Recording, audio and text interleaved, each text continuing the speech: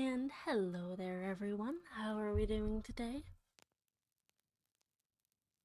I almost, uh, I almost started with my usual voice, which is naughty, very naughty of me.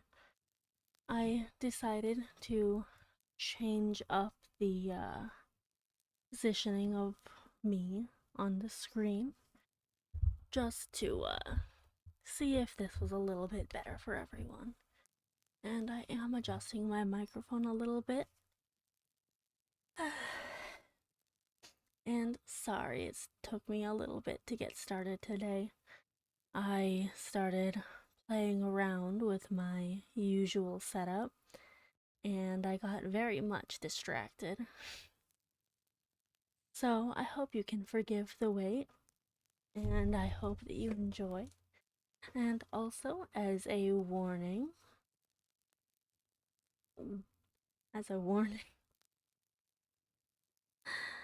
oh my goodness, I cannot think today. As a warning, what was I gonna warn you about? Maybe that's what I was warning you about. Oh no, as a warning, I did not fix the head pets or the bunk because I am forgetful, unfortunately, and I need Penkins. I believe we left off on a little ditty called The Fall of House. The Fall of House Usher. And I am trying very carefully to adjust my camera so it doesn't look like my eyes are closed the entire time I'm reading. I really have no idea how to fix this, but it's a learning thing right now. Maybe if I position the camera down enough and position the book up. Yeah, it's a little bit difficult to organize, so please bear with me. It's a cozy stream at the very least, so I won't be too worried about taking a moment to get set up. Because I would like to be comfortable as well as able to read to you properly.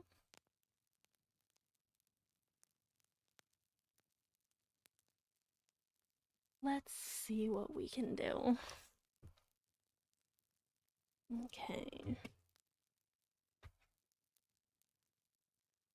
Because I need my face tracking to be appropriate.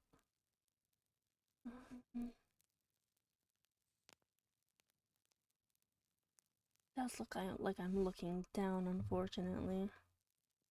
Maybe like that? I'm very good at this, as you can tell. This is a touch uncomfortable. I wish I had a lower elevation that I could utilize for my phone. It's quite unfortunate indeed. I mean, it will encourage better posture on my part, I believe. And slight discomfort in my hands. But hopefully we can all bear with it. Alright. And actually I'm going to get another light so I can actually properly read. One moment.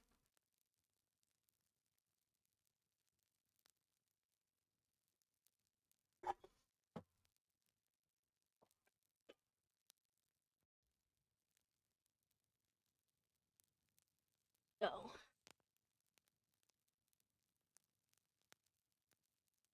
Alright. That is better.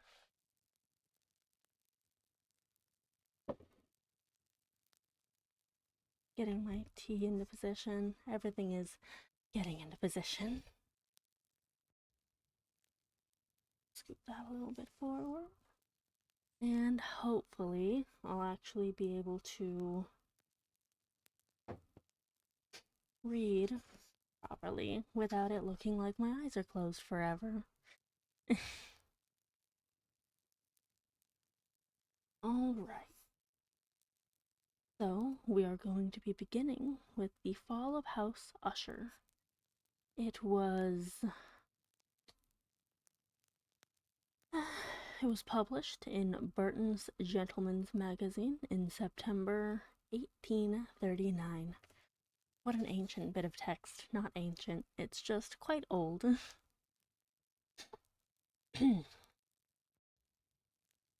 Deep breath. Nice, relaxing. Sit back, stretch, relax, get under a blanket, and enjoy. During the whole of a dull, dark, and soundless day, in the autumn of the year, when the clouds hung oppressively low in the heavens, I had been passing alone, on horseback, through a singularly dreary tract of country, and at length found myself, as the shades of the evening drew on, within view of the melancholy house of Usher. I know not how it was, but with the first glimpse of the building, a sense of insufferable gloom pervaded my spirit. I say insufferable, for the feeling was unrelieved by any of the half-pleasurable, because poetic sentiment with which the mind usually receives even the sternest natural images of the desolate and terrible. I looked upon the scene before me, upon the mere house, and the simple landscape features of the domain, upon the bleak walls, upon the vacant eye-like windows, upon a few rank sedges, and upon a few white trunks of decayed trees, with an utter depression of soul which it's always rough to begin, isn't it? With an utter depression of soul which I can compare to no earthly sensation more properly than to the after-dream of the reveller upon opium, the bitter lapse into everyday life, the hideous dropping off of the veil.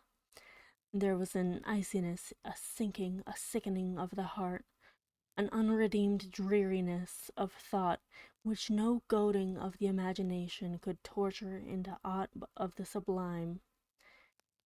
What was it, I paused to think, what was it that so unnerved me in the contemplation of the house of Usher? It was a mystery, all insoluble, nor could I grapple with the shadowy fancies that crowded upon me as I pondered. I was forced to fall back upon the unsatisfactory conclusion that while, beyond doubt, there are combinations of very simple natural objects which have the power of thus affecting us, still the analysis of this power lies among considerations beyond our depth. It was possible, I reflected, that a mere different arrangement of particulars of the scene, of the details of the picture, would be sufficient to modify or perhaps to annihilate its capacity for sorrowful impression. And acting upon this idea, I reined my horse to the precipitous brink of a black and lurid tarn that lay in unruffled luster by the dwelling, and gazed down, but with a shudder even more thrilling than before, upon the remodelled and inverted images of the grey sedge, and the ghastly tree stems, and the vacant and eye-like windows. Nevertheless, in this mansion of gloom I now proposed to myself a sojourn of some weeks. Its I'm so bad. Its proprietor, Roderick Usher, had been one of my boon companions in boyhood, but many years had elapsed since our last meeting. A letter, however, had lately reached me in a distant part of the country, a letter from him, which, in its wildly importunate nature, had admitted of no other than a personal reply. The MS gave evidence of nervous agitation. The writer spoke of acute bodily illness, of a mental disorder which oppressed him, and of an earnest desire to see me, as his best, and indeed his only personal friend, with a view of attempting, by the cheerfulness of my society, some alleviation of his malady. It was the manner in which all this, and much more, was said. It was the apparent heart that went with his request, which allowed me no room for hesitation, and I accordingly obeyed forthwith what I still considered a very singular summons. Although as boys we had been even intimate associates, yet I really knew little of my friend. His reserve had been always excessive and habitual. I was aware, however, that his very ancient family had been noted time out of mind for a peculiar sensibility of temperament, displaying itself through long ages in many works of exalted art, and manifested of late in repeated deeds of munificent yet unobtrusive charity, as well as in a passionate devotion to the intricacies, perhaps even more than to the orthodox and easily recognizable beauties of musical science. I had learned, too, the very remarkable fact that the stem of the Usher race, the all time honored as it was, had put forth at no period any enduring branch. In other words, that the entire family lay in the direct line of descent, and had always, with very trifling and very temporary variation, so lain. It was this deficiency I considered, while running over in thought the perfect keeping of the character of the premises with the accredited character of the people, and while speculating upon the possible influence which the one, in the long lapse of centuries, might have exercised upon the other. It was this deficiency, perhaps, of collateral issue, and the consequent undeviating transmission from sire to son of the patrimony with the name, which had at length so identified the two as to merge the original title of the estate in the quaint and equivocal appellation of the House of Usher, an appellation which seemed to include, in the minds of the peasantry who used it, both the family and the family mansion. I'm going to take a quick sip of my drink because I am getting quite thirsty. Just a moment, though. Drinking some water with a little bit of Mio in it.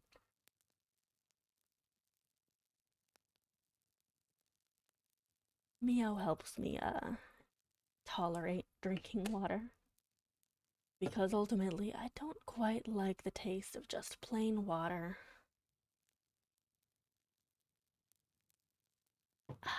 Delicious, delightful, wonderful, and pure.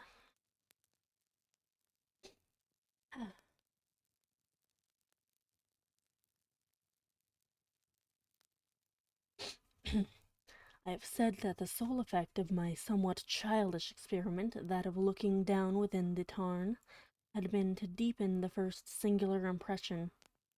There can be no doubt that the consciousness of the rapid increase of my superstition, for why should I not term it, served mainly to accelerate the increase itself.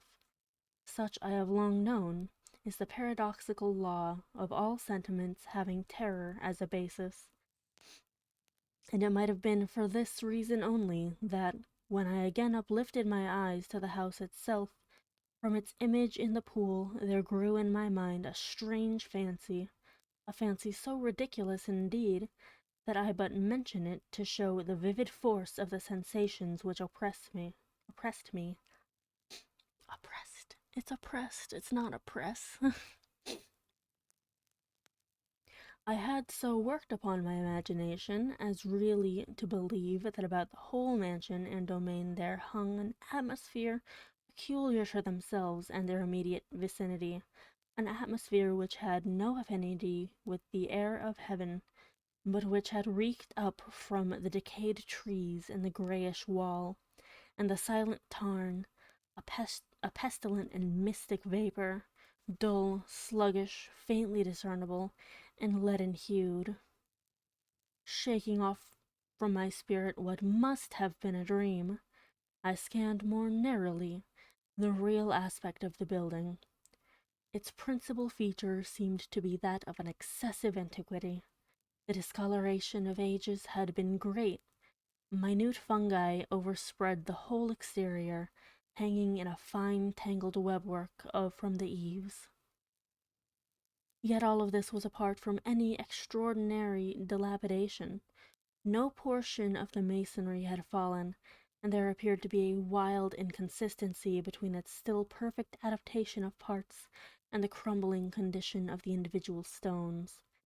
In this there was much that reminded me of the specious totality of old woodwork, which had rotted for long years in some neglected vault, with no disturbance from the breath of the external air.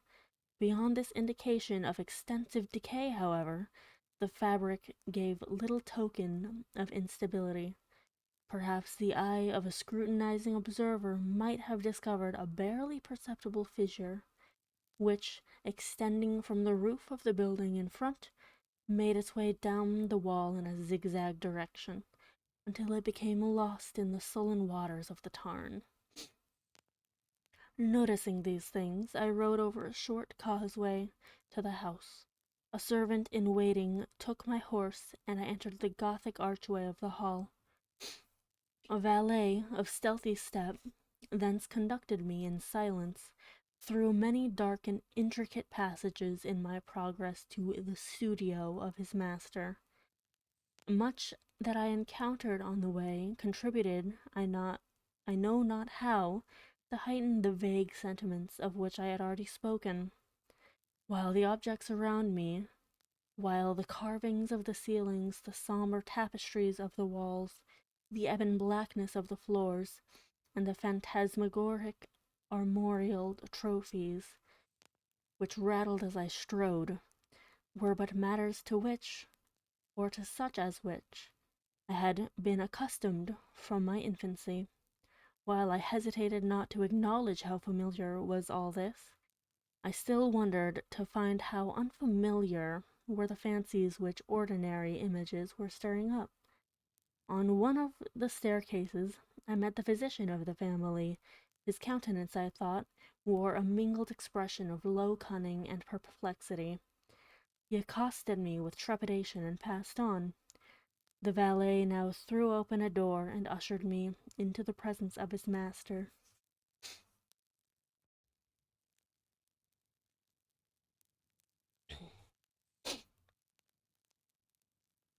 That? The room in which I found myself was very large and lofty. The windows were long, narrow, and pointed, and at so vast a distance from the black oaken floor as to be altogether inaccessible from within. Feeble gleams of encrimsoned light made their way through the trellised panes, and served to render sufficiently distinct the more prominent objects around. The eye, however, struggled in vain to reach the remoter angles of the chamber, or the recesses of the vaulted and fretted ceiling. Dark draperies hung upon the walls. The general furniture was profuse, comfortless, antique, and tattered. Many books and musical instruments lay scattered about, but failed to give any vitality to the scene. I felt that I breathed an atmosphere of sorrow. An air of stern, deep, and irredeemable gloom hung over and pervaded all.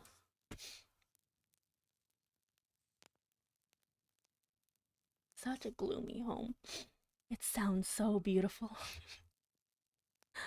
uh, I want to visit this house. But maybe I don't. I've actually never read this, so maybe it's a bad idea to try to visit. Upon my entrance, Usher arose from a sofa on which he had been laying at full length, and greeted me with a vivacious warmth which had much in it, I at first thought, of an overdone cordiality, of the constrained effort of the on you, man of the world. A glance, however, at his countenance convinced me of his perfect sincerity. We sat down, and for some moments, while he spoke not, I gazed upon him with a feeling half of pity, half of awe. Surely man had never before so terribly altered, in so brief a period, as had Roderick Usher. It was with difficulty that I could bring myself to admit the identity of the man, of the Wan. It's not an M, it's a W. Of, one second. Of the one being before me with the companion of my early boyhood, yet the character of his face had been at all times remarkable. Cadaverousness of complexion, an eye large, liquid, and luminous beyond comparison, lips somewhat thin and very pallid, but, but of a surpassingly beautiful curve, a nose of a delicate Hebrew model, but with a breadth of nostril unusual in similar formations, a finely molded chin, speaking, in its want of prominence, of a want of moral energy, hair of a more than web-like softness and tenuity. These features, with an inordinate expansion above the regions of the temple, made up altogether a countenance not easily to be forgotten. And now, in the mere exaggeration of the prevailing character of these features, and of the expression they were wont to convey, lay so much of change that I doubted to whom I spoke. The now ghastly pallor of the skin, and the now miraculous lustre of the eye, above all things startled and even awed me. The silken hair, too, had been suffered to grow all unheeded, and as in its wild gossamer texture it floated rather than fell about the face. Oh, I love floaty hair. I'm just sitting here thinking about how much I absolutely adore floaty, elegant hair. It's lovely, absolutely lovely.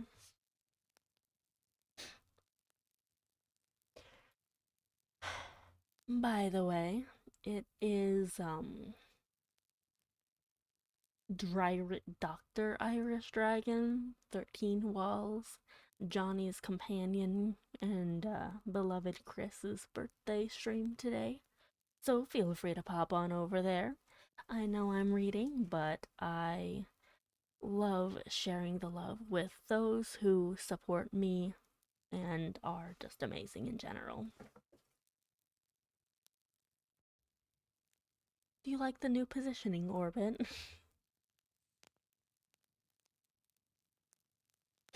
I'm hoping that it helps avoid my eyes looking closed the whole stream.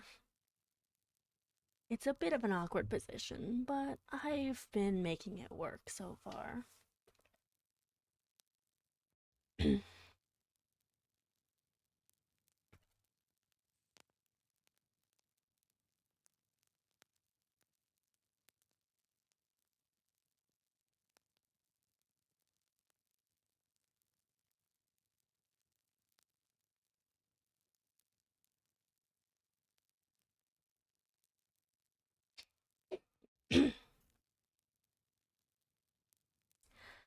In the manner of my friend, I was at once struck with an incoherence, an inconsistency, and I soon found this to arise from a series of feeble and futile struggles to overcome a habitual trepidancy, an excessive nervous agitation. For something of this nature I had indeed been prepared, no less by his letter than by reminiscences of certain boyish traits, and by conclusions deducted from his peculiar physical conformation and temperament. His action was not alternatively, was alternately vivacious and sullen. His voice varied rapidly from a tremulous indecision, when the animal spirits seemed utterly in abeyance, to that species of energetic concision, that abrupt, weighty, unhurried, and hollow-sounding enunciation, that leaden, self-balanced, and perfectly modulated guttural utterance, which may be observed in the lost drunkard, or the irreclaimable eater of opium, during the periods of his most intense excitement. Do people just eat opium? That seems like it wouldn't be very effective.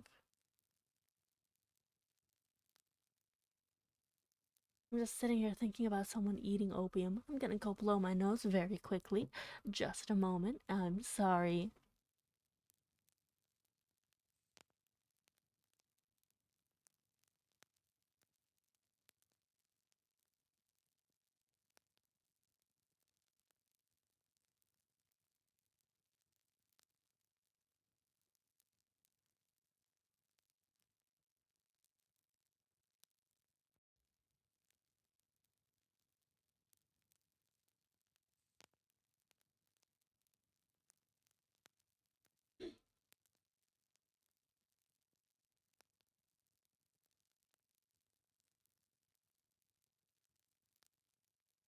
My apologies.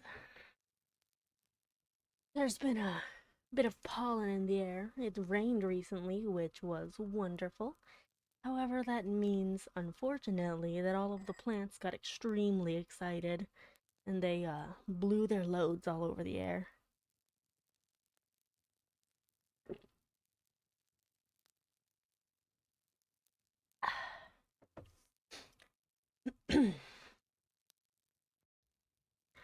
Had a couple of sips of tea, and we should be getting right back to it. My apologies if I'm a little bit scatterbrained today. What I really need is a chair, a comfy chair to sit in and sip my tea while I drink a book. But we can all just imagine that, right?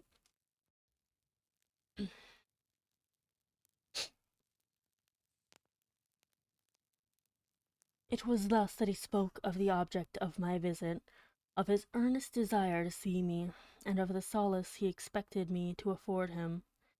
He entered at some length into what he conceived to be the nature of his malady. It was, he said, a constitutional and a family evil, and one for which he despaired to find a remedy. A mere nervous affection, he immediately added, which would undoubtedly soon pass off. It displayed itself in a host of unnatural sensations. Some of these, as he detailed them, interested and bewildered me, although perhaps the terms and the general manner of the narration had their weight. He suffered from a morbid acuteness of the senses. The most insipid food was alone endurable. He could wear only garments of certain texture. The odors of all flowers were oppressive. His eyes were tortured by even a faint light, and there were but peculiar sounds, and these from stringed instruments, which did not inspire him with horror. Huh.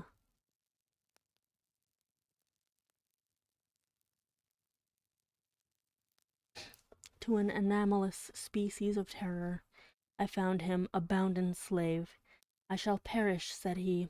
I must perish in this deplorable folly. Thus, and not otherwise, shall I be lost. I dread the events of the future, not in themselves, but in their results. I shudder at the thought of any, even the most trivial incident, which may operate upon this intolerable agitation of soul. I have indeed no abhorrence of danger, except in its absolute effect in terror. In this unnerved, in this pitiable condition, I feel that the period will sooner or later arrive when I must abandon life and reason together in some struggle with the grim phantasm, fear.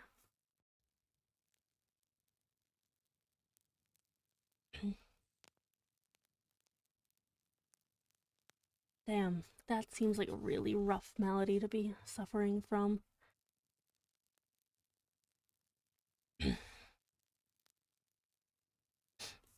I learned, moreover, at intervals, and through broken and equivocal hints, another singular feature of his mental condition.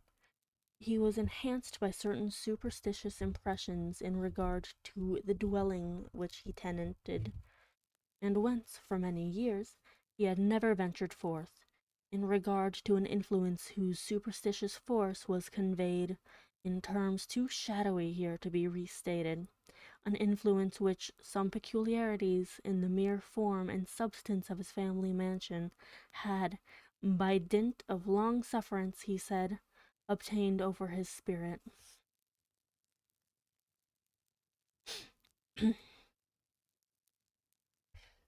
Obtained over his spirit, an effect which the physique of the grey walls and turrets, and of the dim tarn into which they all looked down, had at length brought about upon the morale of his existence. He admitted, however, although with hesitation, that much of the peculiar gloom which had thus afflicted him could be traced to a more natural and far more palpable origin, to the severe and long-continued illness, indeed, to the evidently approaching dissolution of a tenderly beloved sister, his sole companion for long years, his last and only relative on earth. Her decease, he said with a bitterness which I can never forget, would leave him, the hopeless and the frail, the last of the ancient race of the Ushers. While he spoke, the Lady Madeline, for so was she called, passed slowly through a remote portion of the apartment, and without having noticed my presence, disappeared. I regarded her with an utter astonishment not unmingled with dread, and yet I found it impossible to account for such feelings. A sensation of stupor oppressed me, and my eyes followed her retreating steps. When a door at length closed upon her, my glance sought instinctively and eagerly the countenance of the brother, but he had buried his face in his hands, and I could only perceive that a far more than ordinary wanness had overspread the emaciated fingers through which trickled many passionate tears. The disease of the Lady Madeline had long baffled the skill of her physicians. A settled apathy, a gradual wasting away of the person, and frequent although transient affections of a partially cataleptical character were the unusual diagnosis. Hitherto she had steadily borne up against the pressure of her malady, and had not betaken herself finally to bed, but on the closing in of the evening of my arrival at the house, she succumbed, as her brother told me at night, with inexpressible agitation.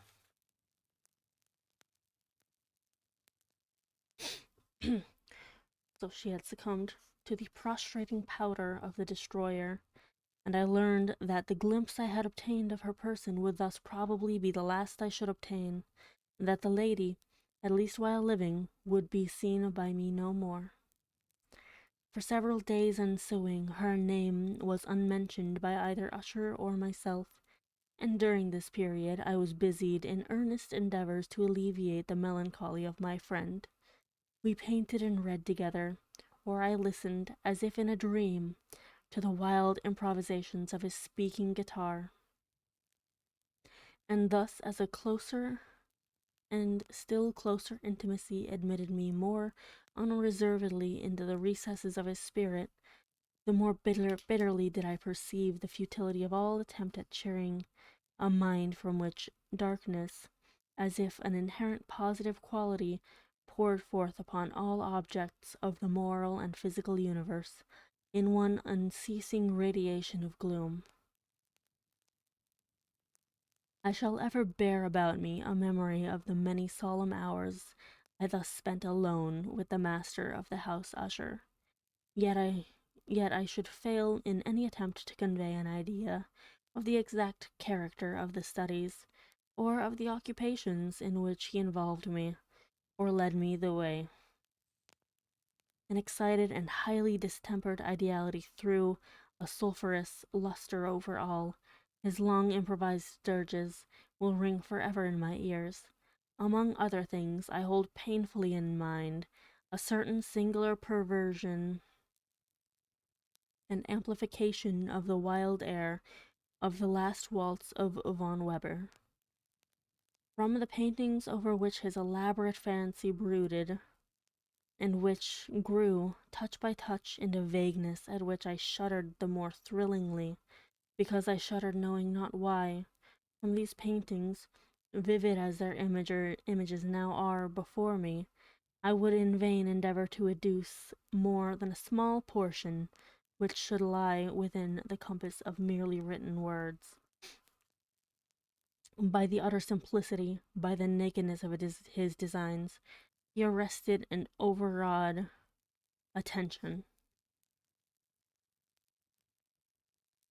If ever, if ever mortal painted an idea, that mortal was Roderick Usher.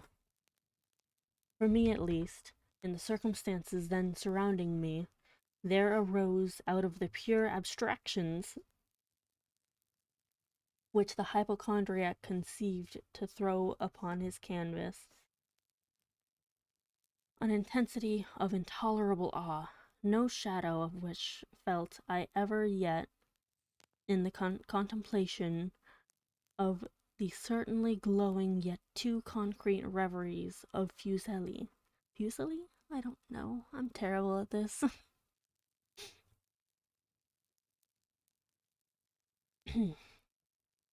One of the phantasmagoric conceptions of my friend, partaking not so rigidly of the spirit of abstraction, may be shadowed forth, although feebly, in words. A small picture presented the interior of an immensely long and rectangular vault or tunnel, with low walls, smooth white, and without interruption or device. Certain accessory points of the design served well to convey the idea that this excavation lay at an exceeding depth below the surface of the earth. No outlet was observed in any portion of its vast extent, and no torch or other artificial source of light was discernible, yet a flood of intense rays rolled throughout, and bathed the whole in a ghastly and inappropriate splendor.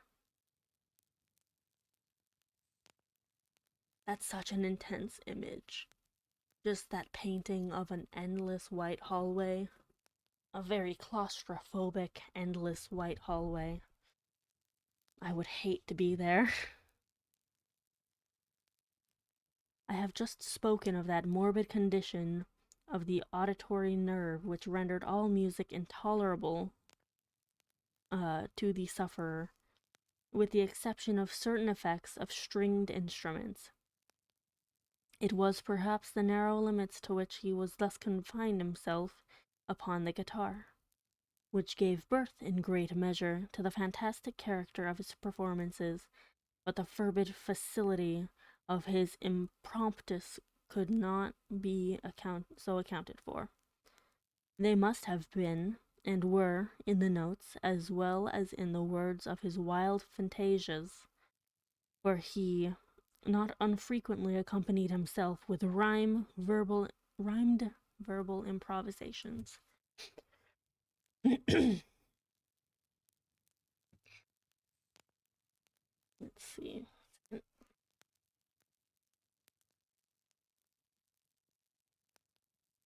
Sorry, my face itched. Let's see. The result of that intense mental collectedness and concentration to which I have previously alluded, as observable only in particular moments of the highest artificial excitement. The words of one of these rhapsodies I have easily remembered. I was, perhaps, the more forcibly impressed with it as he gave it, because, in the under or mystic current of its meaning, I fancied that I perceived, and for the first time, a full consciousness on the part of Usher, of the tottering of his lofty reason upon her throne. The verses, which were entitled The Haunted Palace, ran very nearly, if not accurately, thus. Just a moment. I'm gonna try to adjust something. Also, hello, Volpera. How are you doing? I hope you're doing wonderfully. Let's see. I'm trying to adjust it so I can see the pages just a little bit better. Thank you. And yes, I would like to say that I'm having a good stream. Unfortunately, my tracking positioning is still a work in progress. Because I want it to not look like my eyes are closed the entire time. Let me scoot this forward. Give my book a soft place to be.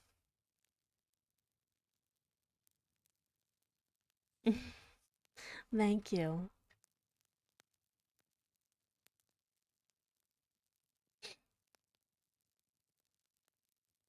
Maybe I can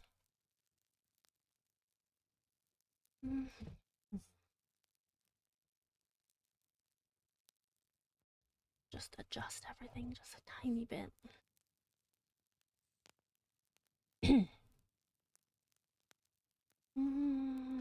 Let's see. I need a book holder. That's what I need. I need a little book holder. I will add that to my throne very soon. Just to make sure I can actually read properly. So I think that'll work for now. Get that in a better position. Okay.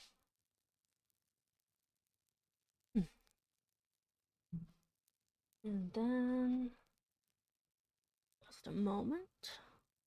There we go. We're going to be reading his Usher's verses that this man is recalling. In the greenest of our valleys, by the good angels tenanted, once a fair and stately palace, radiant palace, reared its head. In the monarch thought's dominion it stood there, never seraph spread a pinion over fabric half so fair. Banners yellow, glorious, golden, on its roof did float and flow. All this was in the olden time long, long ago. I added the extra long, I couldn't help it. Along the ramparts plumed and pallid, a winged odor went away. Wanderers in that happy valley through two luminous windows saw spirits moving musically to a lute's well-tuned law. Round about a throne where sitting. Oh my god, that word. This is a horrifying word. I'm scared of this word.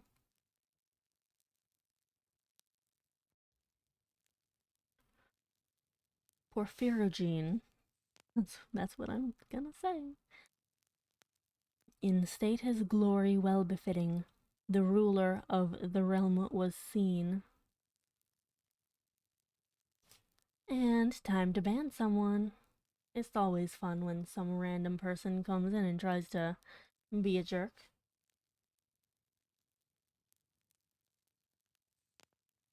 I'm going to ban you.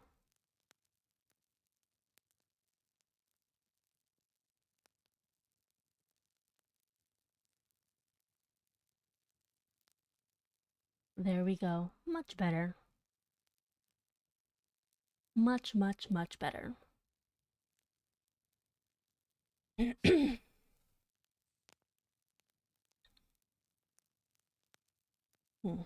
see. In state his glory well befitting, the ruler of the realm was seen, and all with pearl and ruby glowing. was the fair palace door. Exactly. Through which came flowing, flowing, flowing, and sparkling evermore, a troop of echoes whose sweet duty was but to sing, in voices of surpassing beauty, the wit and wisdom of their king.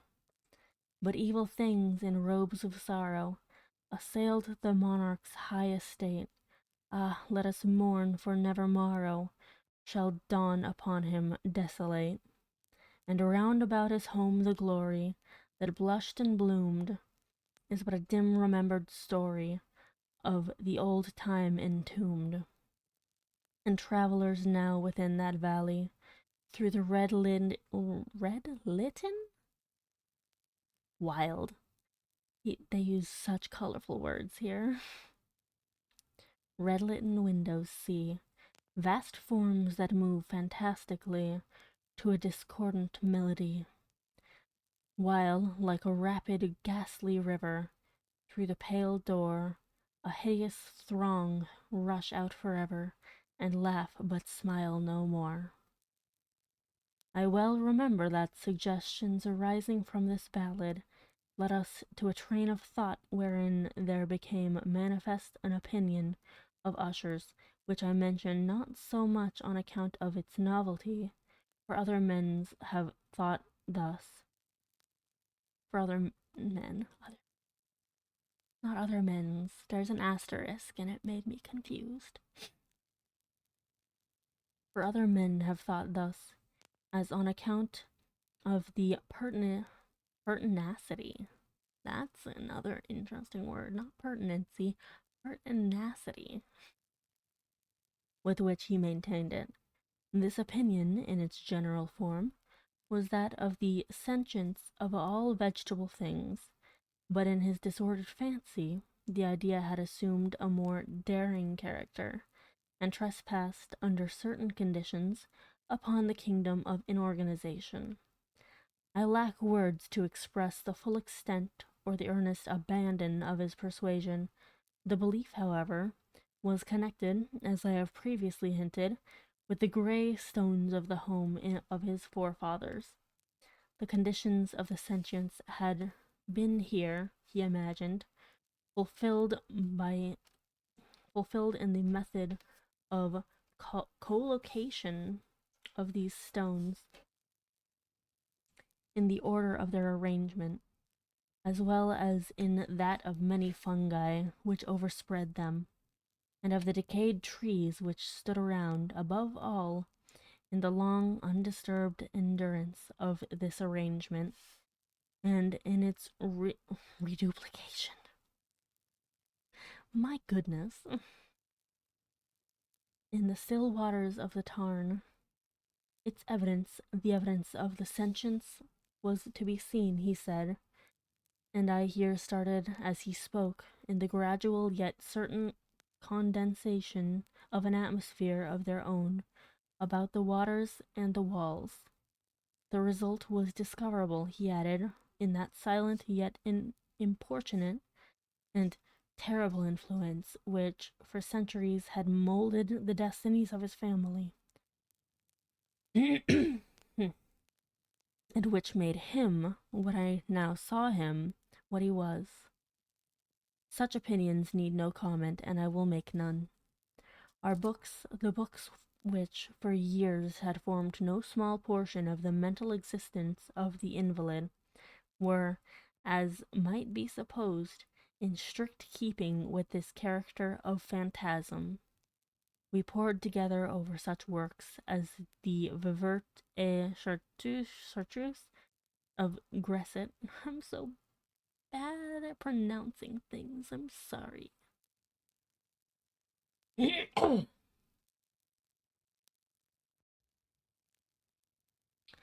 The Belphegor of Machiavelli, The Heaven and Hell of Swedenborg, The Subterranean Voyage of Nicholas Klim by Holberg, The Chiromancy of Robert Flood?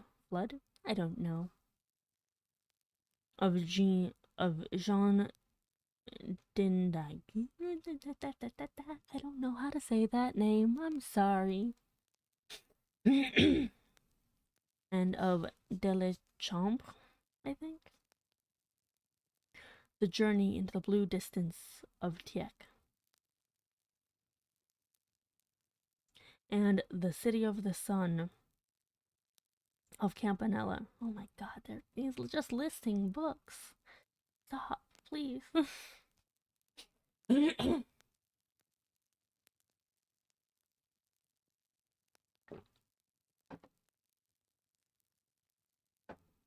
There we go. One favorite volume was a small octavo edition of the Directorium Inquisitorium by the Dominican Aymeric de Giron. God, stop, please. And there were passages in Pomponius Mela about the old African satyrs and the Hegepins, over which Usher would sit dreaming for hours. His chief delight, however, was found in the perusal of an exceedingly rare and curious book in Quarto Gothic, the manual of a forgotten church, the Vigile Mortorum Secundum Coram Ecclesia Maguntine. Oh my god, stop!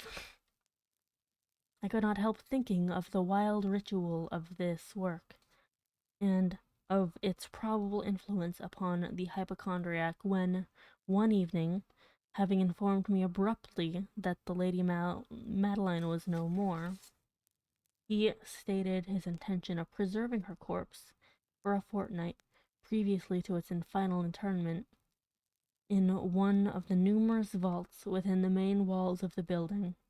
The worldly reason, however, assigned for this singular proceeding was one which I did not feel at liberty to dispute. I'm going to try to adjust my thing really fast again.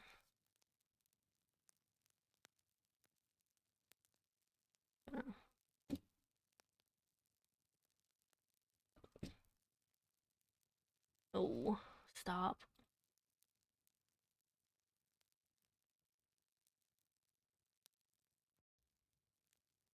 Go.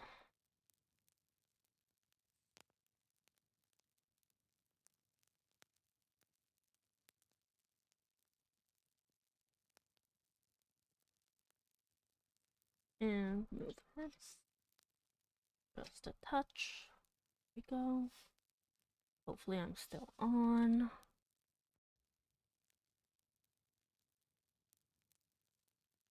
There we go. Sorry about that. I just wanted to adjust the thing again.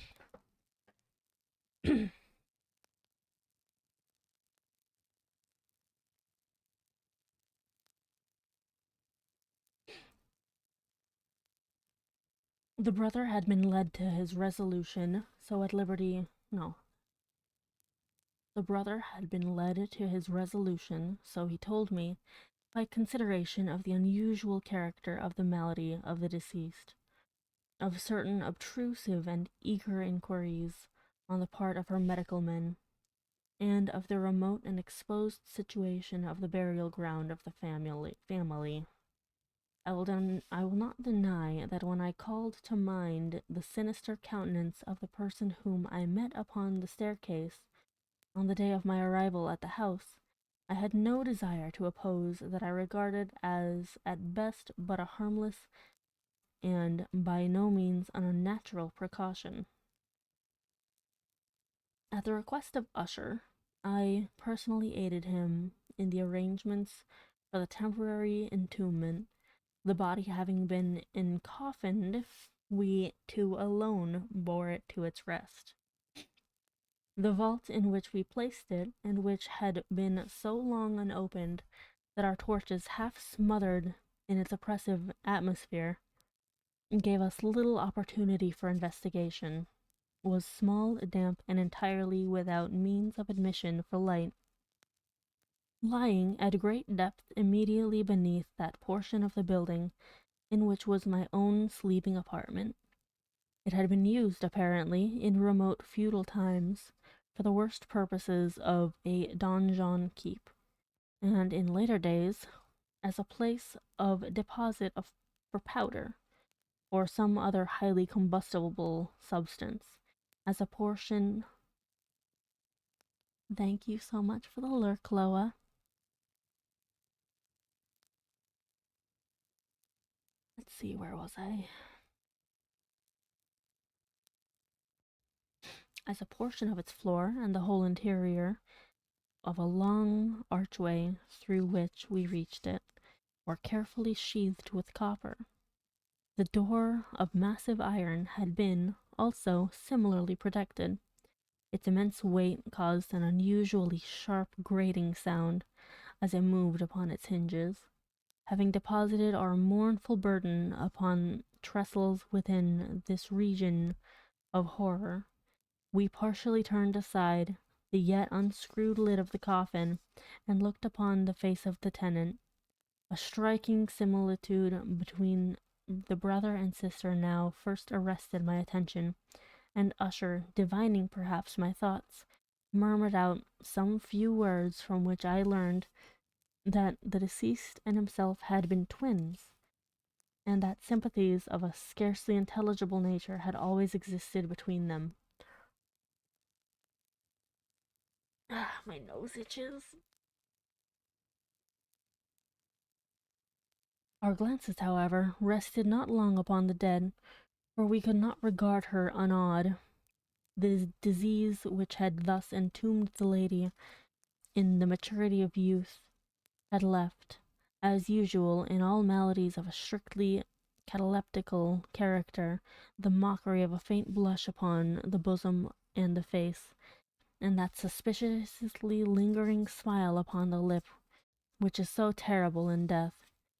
We replaced and screwed down the lid, and having secured the door of iron, made our way, with toil, into the scarcely less gloomy apartments of the upper portion of the house. And now, some days of bitter grief having elapsed, an observable change came over the features of the mental disorder of my friend.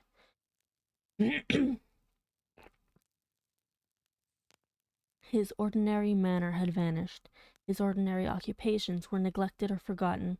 He roamed from chamber to chamber with hurried, unequal, and objectless step. The pallor of his countenance had assumed, if possible, a more ghastly hue, but the luminousness of his eye had utterly gone out.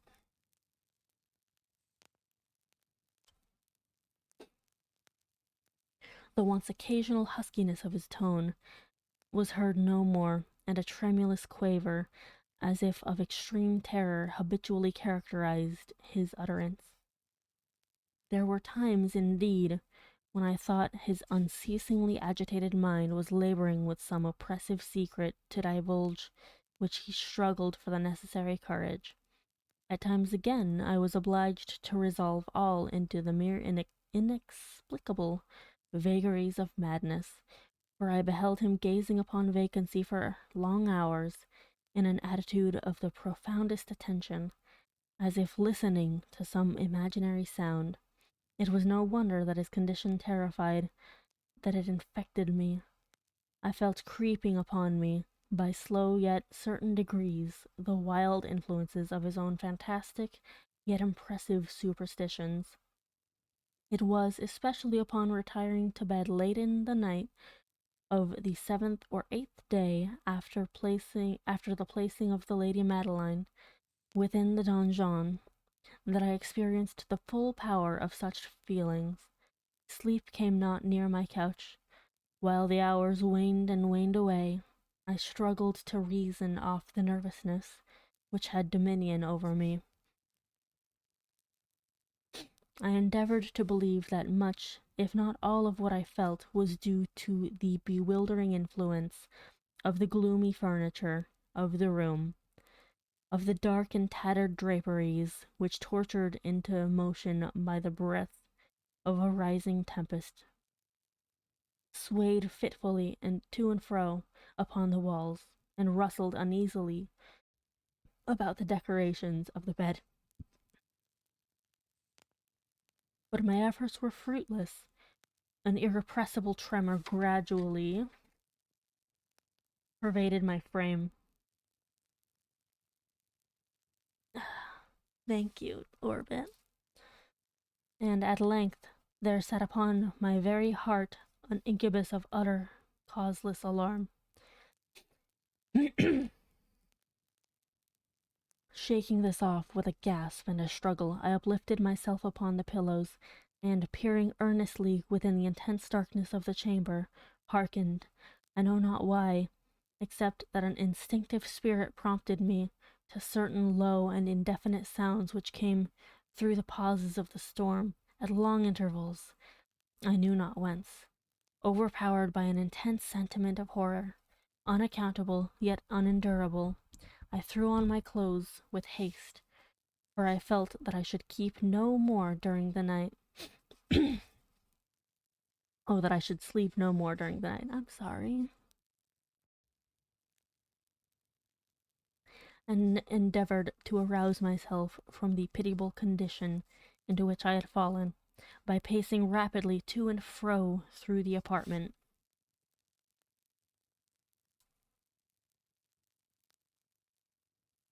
I hate my itchy nose. I had taken but few turns in this manner when a light step on the adjoining staircase arrested my attention. I presently recognized it as that of Usher. In an instant afterward he rapped with a gentle touch at my door and entered, bearing a lamp. His countenance was, as usual, cadaverously wan. But moreover, there was a species of mad hilarity in his eyes, an evidently restrained hysteria in his whole demeanor. His air appalled me, but anything was preferable to the solitude which I had so long endured, and I even welcomed his presence as a relief. And you have not seen it, he said, abruptly, after having stared about him for some moments in silence. You have not then seen it, but stay, you shall. Thus speaking, and having carefully shaded his lamp, he hurried to one of the casements, and threw it freely open to the storm. The impetuous fury of the entering gust nearly lifted us from our feet. It was indeed a tempestuous yet sternly beautiful night, and one wildly singular in its terror and its beauty. A whirlwind had apparently collected its force in our vicinity, and there were frequent and violent alterations in the direction of the wind, and the exceeding density of the clouds, which hung so low as to press upon the turrets of the house, did not prevent our perceiving the lifelike velocity with which they flew careering from all points against each other, without passing away into the distance. I say against each other. No, I say that. I'm sorry. I keep jumping around to the wrong lines.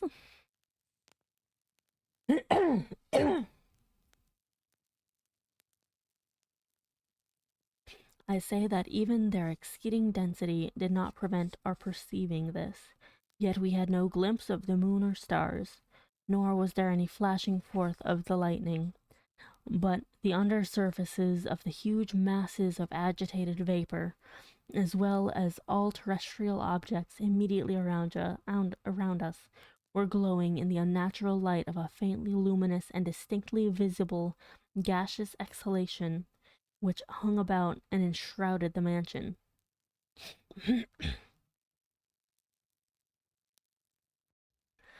You must not, you shall not behold this, said I, shudderingly to Usher, as I led him, with a gentle violence, from the window to a seat. These appearances which bewilder you are merely electrical phenomena, not uncommon, or it may be that they have their ghastly origin in the rank miasma of the tarn. Let us close this casement. The air is chilly and dangerous to your frame. Here is one of your favorite romances. I will read, and you shall listen, and so we will pass away this terrible night together.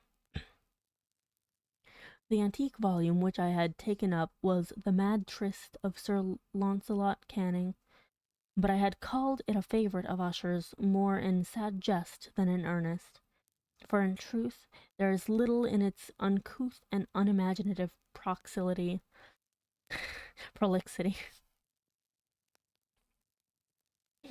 which could have had interest for the lofty and spiritual ideality of my friend.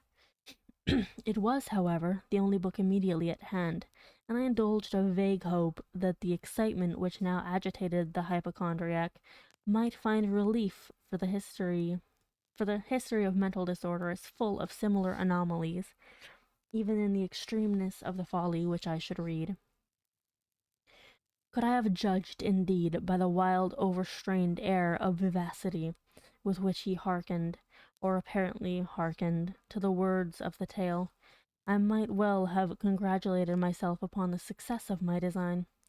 I had arrived at that well-known portion of the story where Ethelred, the hero of the tryst, having sought a vain for peaceable admission into the dwelling of the hermit, proceeds to make good an entrance by force. Here, it will be remembered, the words of the narrative run thus.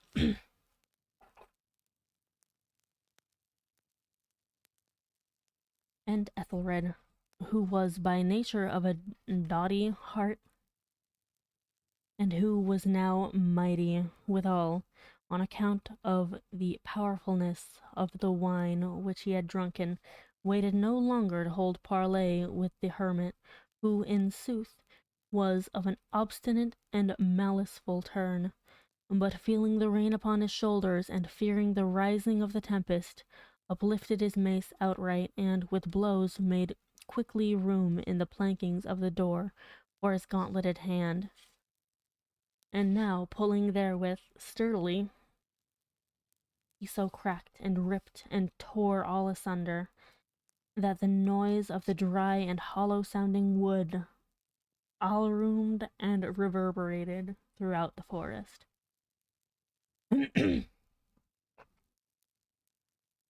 At the termination of this sentence I started, and for a moment paused, for it appeared to me, although I at once concluded that my excited fancy had deceived me, it appeared to me that, from some very remote portion of the mansion, there came indistinctly to my ears what might have been, in its exact similarity of character, the echo, but a stifled and dull one certainly, of the very cracking and ripping sound which Sir Launcelot had so particularly described.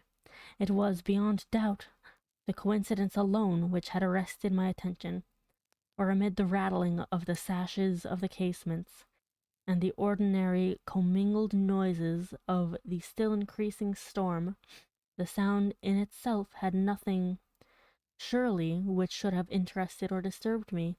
I continued the story.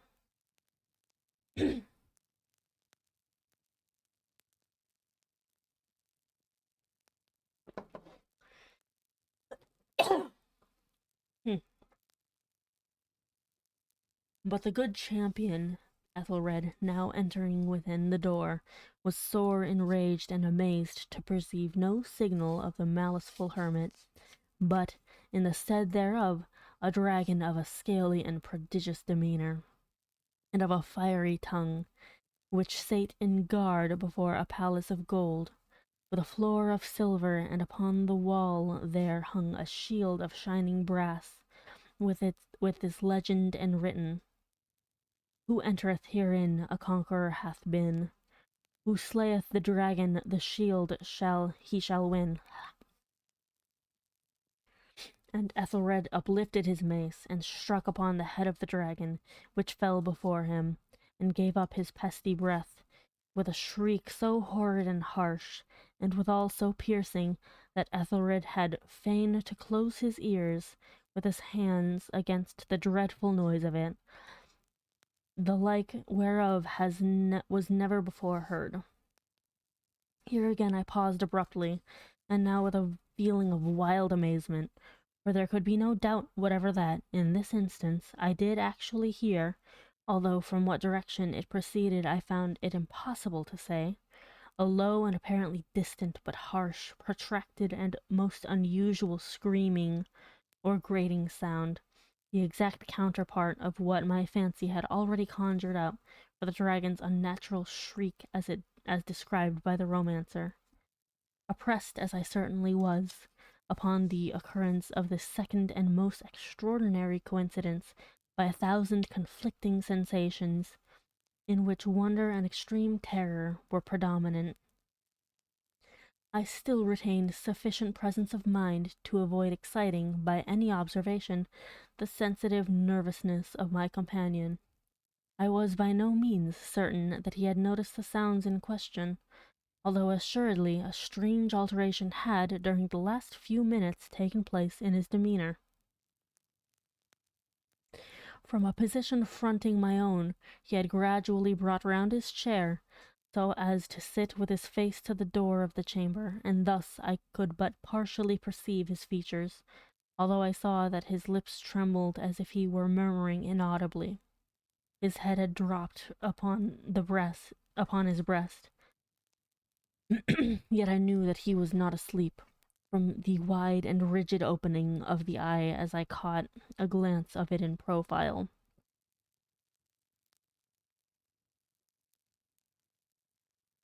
The motion of his body, too, was at variance with this idea, for he rocked from side to side with a gentle yet constant uniform sway. Having rapidly taken notice of all this, I resumed the narrative of Sir Launcelot, which thus proceeded. And now the champion, having escaped from the terrible fury of the dragon, bethinking himself of the brazen shield, and of the breaking up of the enchantment which was upon it, removed the carcass from out of the way before him, and approached valorously over the silver pavement of the castle to where the shield was upon the wall, which in sooth tarried not for his full coming, but fell down at his feet upon the silver floor with a mighty, great, and terrible ringing sound. No sooner had these syllables passed my lips than, as if a shield of brass had indeed, at that moment, fallen heavily upon a floor of silver, I became aware of a distinct, hollow, metallic, and clangorous yet apparently muffled reverberation. Completely unnerved, I leaped to my feet, but the measured rocking movement of Usher was undisturbed. I rushed to the chair in which he sat. His eyes were bent fixedly before him, and throughout his whole countenance there reigned a stony rigidity. But as I placed my hand upon his shoulder, there came a strong shudder over his whole person. A sickly smile quivered about his lips, and I saw that he spoke in a low, hurried, and gibbering murmur, as if unconscious of my presence. Bending closely over him, I at length drank in the hideous import of his words. Not hear it? Yes, I hear it, and have heard it long, long, long. Many minutes, many hours, many days have I heard it, yet I dared not. Oh, pity me, miserable wretch that I am! I dared not speak. We have put her living in the tomb. Said I not that my senses were acute? I now tell you that I heard her first feeble movements in the hollow coffin. I heard them many, many days ago, yet I dared not speak. And now, tonight, Ethelred, the breaking of the hermit's door, and the death cry of the dragon, and the clangor of the shield, they, rather the rending of her coffin, and the grating of the iron hinges of her prison, and her struggles within the coppered archway of the vault. Oh, whither shall I fly? Will she not be here anon? Is she not hurrying upbraid me for my haste? Have I not heard her footstep on the stair? Do I not distinguish that heavy and horrible beating of her heart? Madman! Here he sprang furiously to his feet, and shrieked out his syllables, as if in the effort he were giving up his soul. Madman! I tell you that she now stands without the door.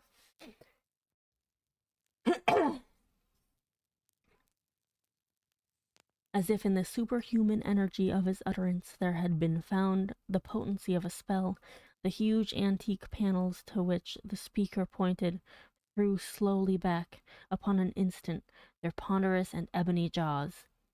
It was the work of the rushing gust, but then without those doors there did stand the lofty and enshrouded figure of the Lady Madeline of Usher.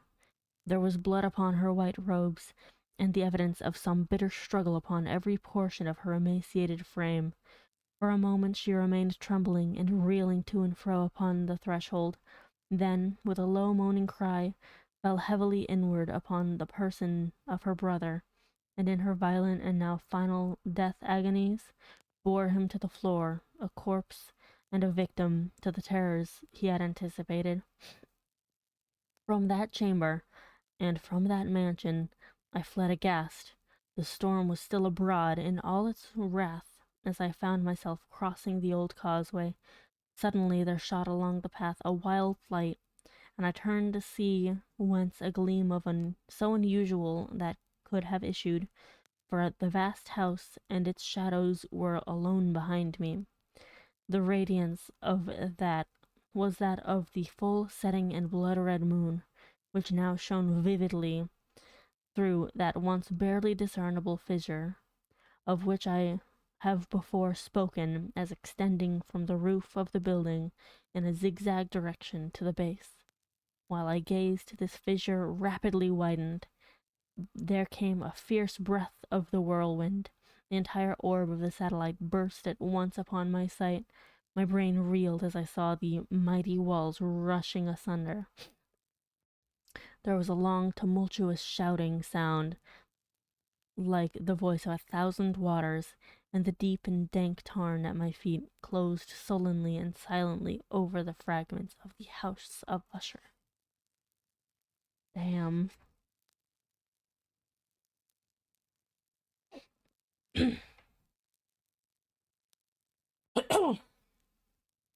God, imagine accidentally putting your sister in a tomb.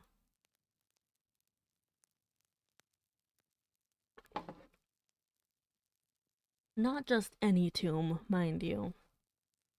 A tomb that had been used in terrible times to hold people and explosives and that is wild. And the fact that everything lined up so perfectly timing wise. Oh,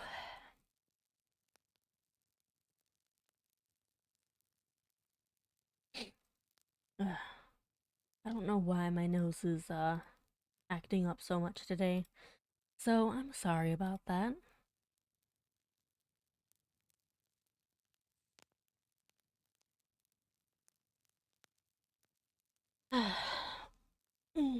I think I'm going to go grab a blanket and be extra cozy.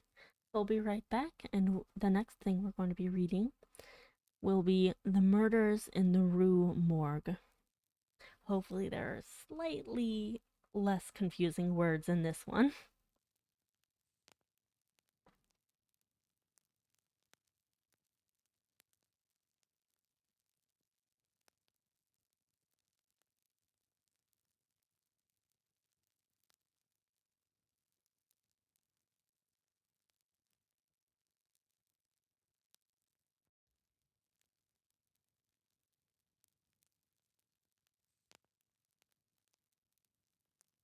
Putting the blanket on myself as we speak, by the way.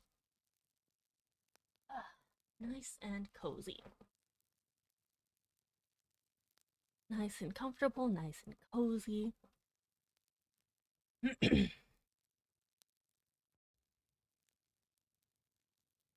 Genuinely hoping that I'm doing well despite the oddities that are happening with my coughing and nose. I think I'm gonna go take an allergy medicine too. I'm sorry, everyone. But it's a chill stream, okay? Very relaxed.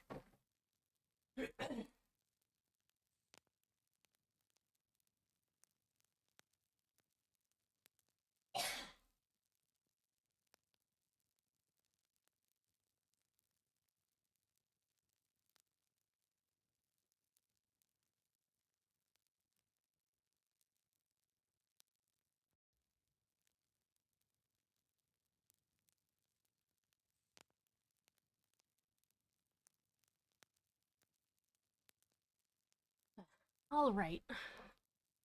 I have in my hand allergy medicine.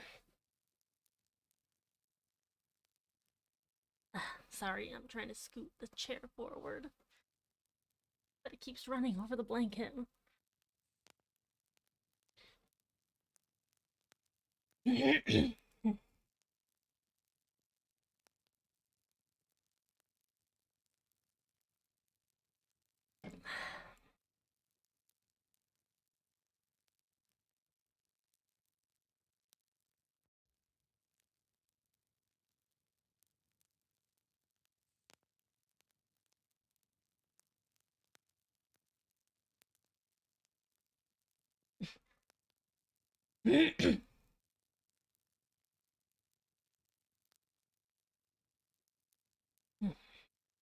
There we go. And blanket retrieved and placed carefully, cautiously.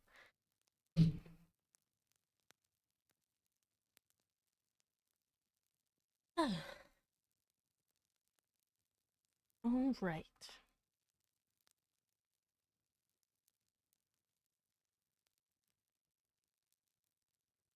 Now, the next one is the murders in the Rue Morgue.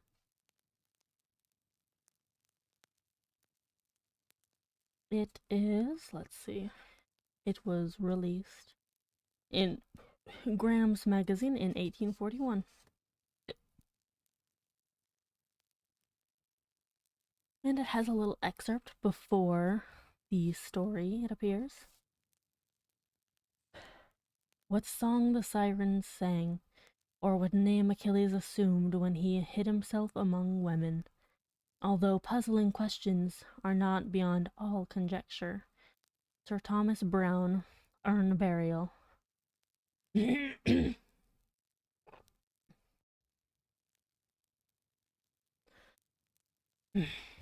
see, how long is this one?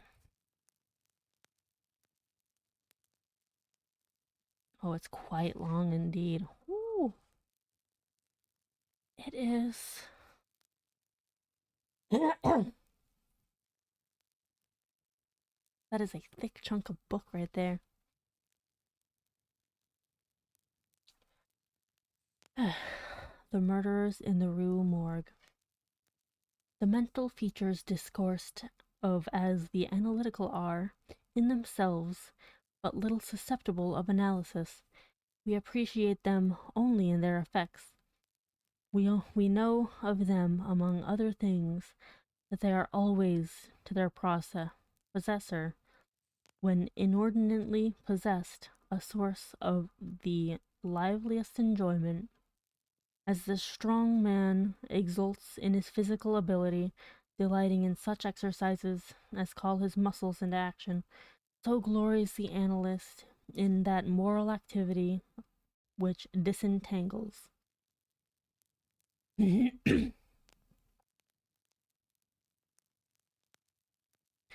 derives pleasure from even the most trivial occupations, bringing his talent into play. He is fond of enigmas, of conundrums, of hieroglyphics, exhibiting in his solutions of each a degree of acumen which appears to the ordinary apprehension preternatural. His results, brought about by the very soul and essence of method, have in truth the whole air of intuition. I'm going to tilt up my keyboard just a tiny bit. Oh, no, it is fully tilted up. Unfortunate for me.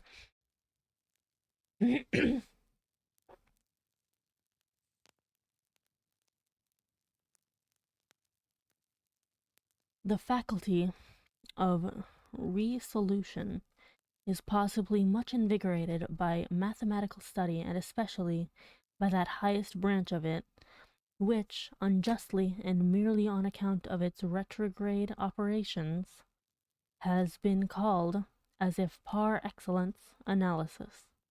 Yet to calculate is not in itself to analyze. A chess player, for example, does the one without effort at the other. It follows that the same game of chess, in its effects upon mental character, is greatly misunderstood.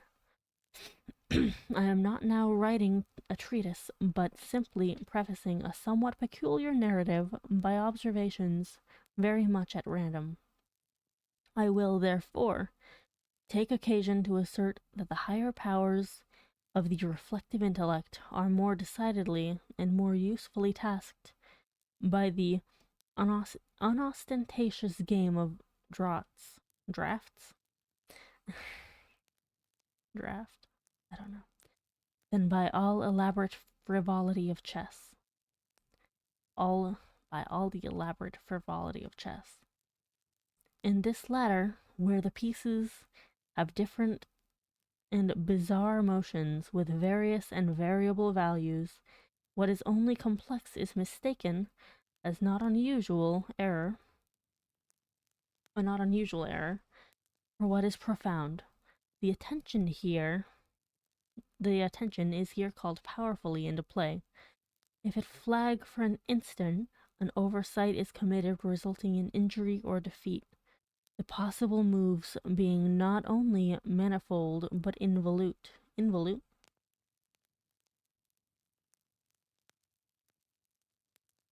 The chances of such oversights are multiplied, and in 9 cases out of 10, it is the more concentrative rather than the more acute player who conquers.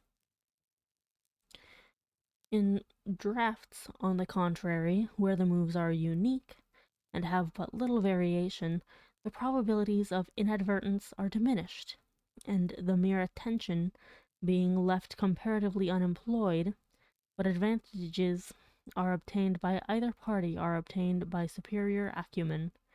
To be less abstract, let us suppose a game of draughts, where the pieces are reduced to 4 kings, and where, of course, no oversight is to be expected. It is obvious that here the victory can be decided, the players being at all equal, only by some recherche, I don't know, movement. The result of some strong throws himself into of some strong exertion of the intellect. Deprived of ordinary resources, the analyst throws himself into the spirit of his opponent, identifies himself therewith, and not unfrequently sees thus, at a glance, the sole methods, sometimes indeed absurdly simple ones, by which he may seduce into error or hurry into miscalculation. Whist has long been noted for its influence upon what is termed the calculating power, and men of the highest order of intellect have been known to take an apparently unaccountable delight in it, while eschewing chess as frivolous. Beyond doubt, there is nothing of a similar nature so greatly tasking the faculty of analysis. The best chess player in Christendom may be little more than the best player of chess. But proficiency in whist implies capacity for success in all those more important undertakings where mind struggles with mind. When I say proficiency, I mean that perfection in the game which includes a comprehension of all the sources whence legitimate advantage may be derived. These are not only manifold, but multiform, and lie frequently among recesses of thought altogether inaccessible to the ordinary understanding. To observe attentively is to remember distinctly, and so far the concentrative chess player will do very well at whist, while the rules of Hoyle, themselves based upon the mere mechanism of the game, are sufficiently and generally comprehensible. Thus, to have a retentive memory and to proceed by the book are points commonly regarded as the sum total of good playing. But it is in matters beyond the limits of mere rule that the skill of the analyst is evinced. He makes, in silence, a host of observations and inferences. So, perhaps, do his companions, and the difference in the extent of the information obtained lies not so much in the validity of the inference as in the quality of the observation. The necessary knowledge is that of what to observe. Our player confines himself not at all, nor, because the game is the object, does he reject deductions from things external to the game. He examines the countenance of his partner, comparing it carefully with that of each of his opponents. He considers the mode of assorting the cards in each hand, often counting trump by trump and honor by honor, through the glances bestowed by their holders upon each. He notes every variation of face as the play progresses, gathering a fund of thought from the differences in the expression of certainty, of surprise, of triumph, or of chagrin. From the manner of gathering up a trick, he judges whether the person taking it can make another in the suit. He recognizes what is played through feint, by the air with which it is thrown upon the table, a casual or inadvertent word, the accidental dropping or turning of a card, with the accompanying anxiety or carelessness in regard to its concealment, the counting of the tricks with the order of their arrangement, embarrassment, hesitation, eagerness, or trepidation, all afford, to his apparently intuitive perception, indications of the true state of affairs. The first 2 or 3 rounds having been played, he is in full possession of the contents of each hand, and thenceforward puts down his cards with as absolute a precision of purpose as if the rest of the party had turned outward the faces of their own. This is some Sherlock Holmes level shit right here.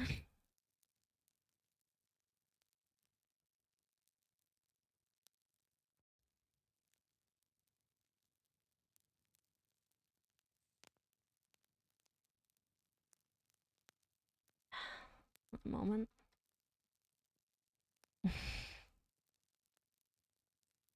Sorry, I read something from the Discord chat. Yeah.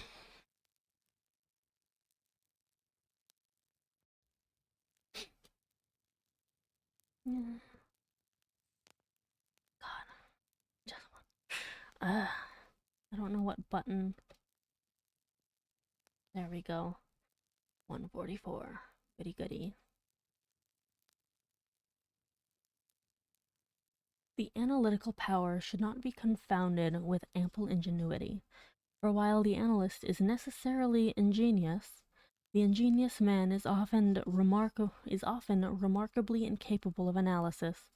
The constructive or combining power by which ingenuity is usually manifested, and to which the phrenologists, I believe erroneously, have assigned a separate organ, supposing it a primitive faculty, has been so frequently seen in those whose intellect bordered otherwise upon idiocy. Damn. As to have attracted general observation among writers on morals. Between ingenuity and the analytic ability there exists a difference far greater, indeed, than that between the fancy and the imagination, but of a character very strictly analogous.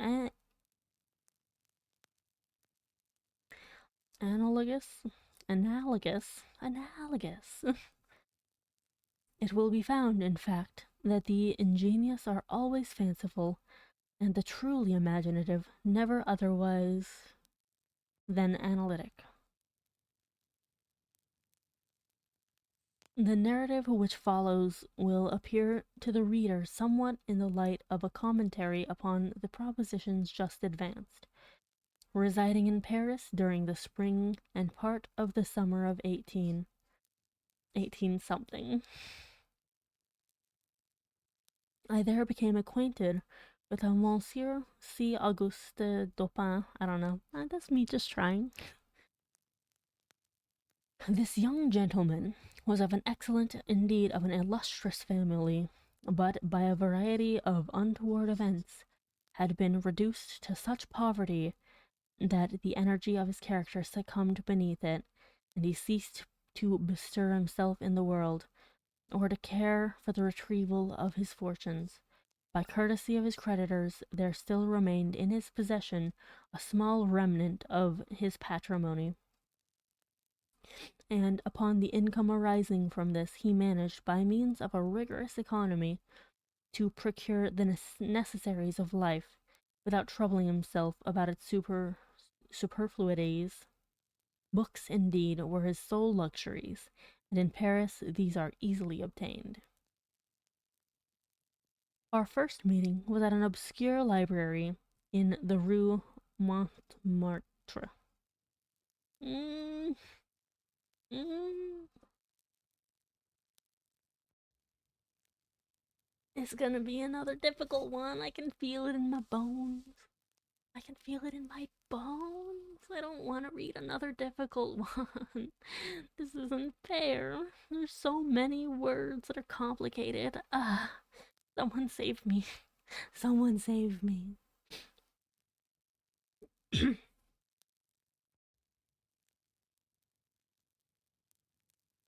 Where the accident of our both being in search of the same very rare and very remarkable volume brought us into closer communion.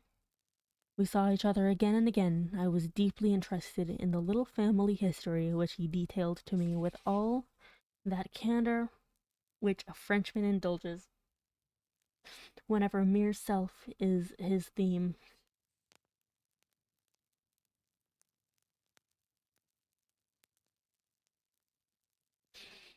He just called this guy, so he just called him out on being self absorbed. It's really funny. I was astonished, too, at the vast extent of his reading, and, above all, I felt my soul enkindled within me by the wild fervor and the vivid freshness of his imagination. Seeking in Paris the objects I then sought, I felt that the society of such a man would be, to me, a treasure beyond price, and this feeling I frankly confided to him. It was at length arranged that we should live together during my stay in the city, and as my worldly circumstances were somewhat less embarrassed than his own, I was permitted to be at the expense of renting and furnishing in a style which suited the rather fantastic gloom of our common temper, a time-eaten and grotesque mansion, long deserted through superstitions, into which we did not inquire, and tottering to its fall in a retired and desolate portion of the Faubourg Saint Germain. Had the routine of our life at this place been known to the world, we should have been regarded as madmen, although perhaps as madmen of a harmless nature. Our seclusion was perfect. We admitted no visitors.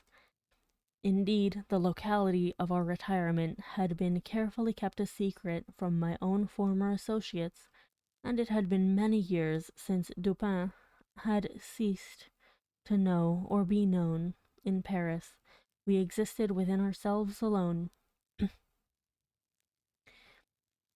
It was a freak of fancy in my friend, for what else shall I call it, to be enamored of the night for her own sake, and into this bizarrerie, so many R's,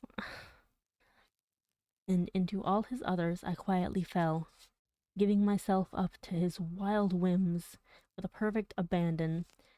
The sable divinity would not herself dwell with us always, but we could counterfeit her presence. At the first dawn of the morning, we closed all the messy shutters of our old building, lighting a couple of tapers which, strongly perfumed, threw out only the ghastliest and feeblest of rays.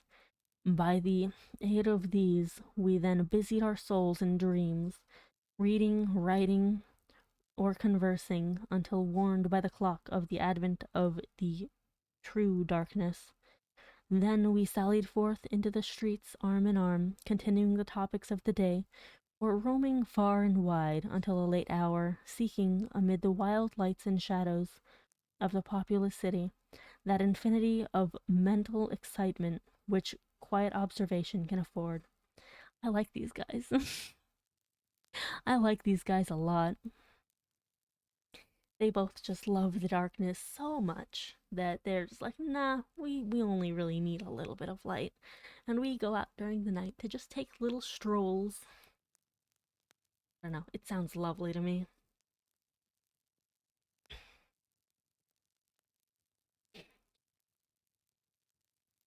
At such times I could not help remarking and admiring, although from his rich ideality I had been prepared to expect it, a peculiar analytic ability on Dupin. He seemed, too, to take an eager delight in its exercise, if not exactly in its display, and did not hesitate to confess the pleasure thus derived. He boasted to me, with a low chuckling laugh, that most men, in respect to himself, wore windows in their bosoms, and was wont to follow up such assertions by direct and very startling proofs of his intimate knowledge of my own. His manner at these moments was frigid and abstract. His eyes were vacant in expression, while his voice, usually a rich tenor, rose into a treble, which would have sounded petulantly which would have sounded petulantly, but for the deliberateness and entire distinctness of the enunciation. Observing him in these moods, I often dwelt meditatively upon the old philosophy of the bipart soul, and amused myself with the fancy of a double Dupin, the creative and the resolvent. Let it not be supposed from what I have just said that I am detailing any mystery or penning any romance. What I have described in the Frenchman was merely the result of an excited or perhaps of a diseased intelligence. But of the character. Wait. Okay. But of the character of his remarks at the periods in question, an example will best convey the idea. We were strolling one night down a long, dirty street in the vicinity of the Palais Royal. The Royal Palace, I'm guessing, is what that is. Being both apparently occupied with thought, neither of us had spoken a syllable for 15 minutes at least. All at once Dupin broke forth with these words: "He is a very little fellow, that's true, and would do better for the Theatre de Variete." "There can be no doubt of that," I replied unwittingly, and not at first observing, so much had I been absorbed in reflection, the extraordinary manner in which the speaker had chimed in with my meditations. In an instant afterward, I recollected myself, and my astonishment was profound. "Dupin," I said gravely, "this is beyond my comprehension. I do not hesitate to say that I am amazed, and can scarcely credit my senses. How was it possible you should know what I was thinking? No, how was it possible you should know I was thinking of blank?" Here I paused to ascertain. Oh, how was it possible you should know I was thinking of. Here I paused to ascertain beyond a doubt whether he really knew of whom I thought. "Of Chantilly?" said he. "Why do you pause? You were remarking to yourself that his diminutive figure unfitted him for tragedy." This was precisely what had formed the subject of my reflections. Chantilly was a condemned cobbler of the Rue Street Denis who, becoming stage mad, had attempted the role of Xerxes in Crabellin's tragedy so called, and notoriously haskinaded for his pains. Oh my god, so many words. So many painful words. "Tell me, for heaven's sake," I exclaimed, "the method, if method there is, by which you have been enabled to fathom my soul in this manner." In fact, I was even more startled than I would have been willing to express. It was the fruit Fruiterer, replied my friend, who brought you to the conclusion that the mender of souls was not of sufficient height for Xerxes. Et id genus omne. The fruiterer?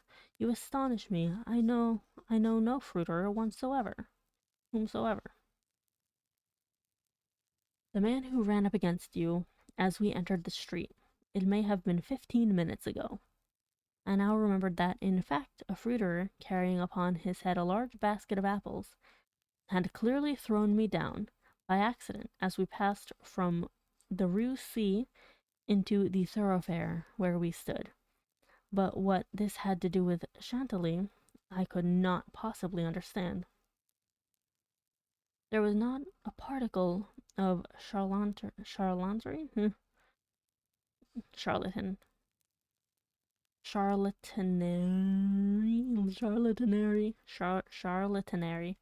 oh my god, about Dupin. I will explain, he said, and that you may comprehend all clearly, we will first retrace the course of your meditations, from the moment in which I spoke to you until that of the rencontre with the fruiterer in question. The larger links of the chain run thus: Chantilly, Orion, Dr. Nichols, Epicurus, stereotomy, the street stones, the fruiterer. There are few persons who have not, at some period of their lives, amused themselves in retracing the steps by which particular conclusions of their own minds have been attained. The occupation is often full of interest, and he who attempts it for the first time is astonished by the apparently illimitable distance and incoherence between the starting point and the goal.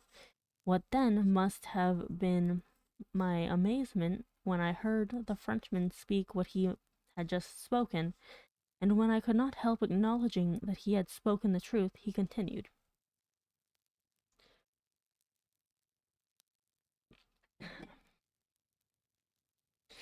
We had been talking of horses, if I remember aright, just before leaving the Rue C.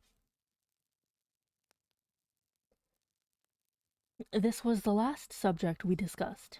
As we crossed into this street, a fruiterer with a large basket upon his head, brushing quickly past us, thrust you upon a pile of paving stones, collected at a spot where the causeway is undergoing repair.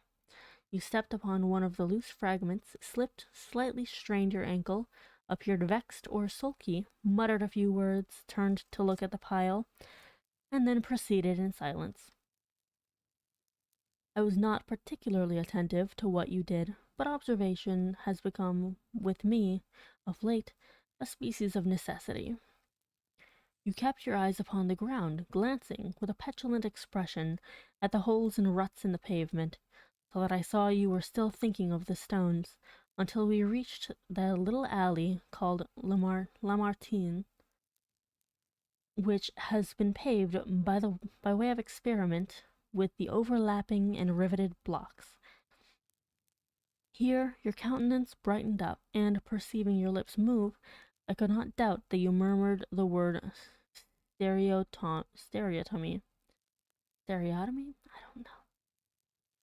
A term very affectedly applied to this species of pavement. I knew that you could not say to yourself stereotomy without being brought to think of atomies, and thus of the theories of Epicurus. And since, when we discussed this subject not very long ago, I mentioned to you how singularly, yet with how little notice, the vague guesses of that noble Greek had met with confirmation in the late nebular cosmology, I felt that you could not avoid casting your eyes upward to the great nebula in Orion, and I certainly expected that you would do so.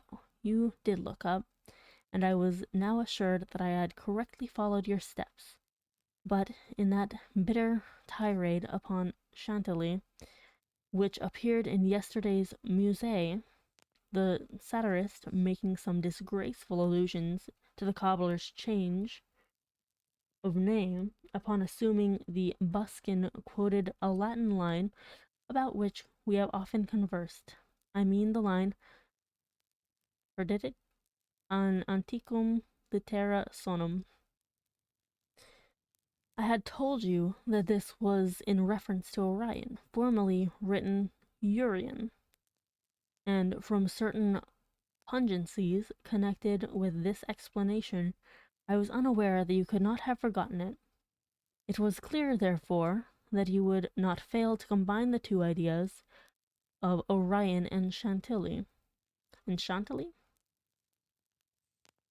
That you did combine them, I saw by the character of the smile which passed over your lips. You thought of the poor cobbler's immolation. So far, you had been stooping in your gait, but now I saw you draw yourself up to your full height. I was then sure that you reflected upon the diminutive figure of Chantilly. At this point, I interrupted your meditations to remark that, as, in fact, he was a very little fellow, that Chantilly, he would do better at Theatre des Variétés. Not long after this, we were looking over an evening edition of the Gazette des Tribunaux when the following paragraphs arrested our attention. Extraordinary murders. This morning, about 3 o'clock, the inhabitants of the Quartier Saint-Roch were aroused from sleep by a succession of terrific shrieks, issuing apparently from the 4th story of a house in the Rue Morgue, known to be in the sole occupancy of one Madame L'Espanaye. Oh my god, the Madame. Let's call her the Madame. And her daughter, Mademoiselle Camille L'Espanaye.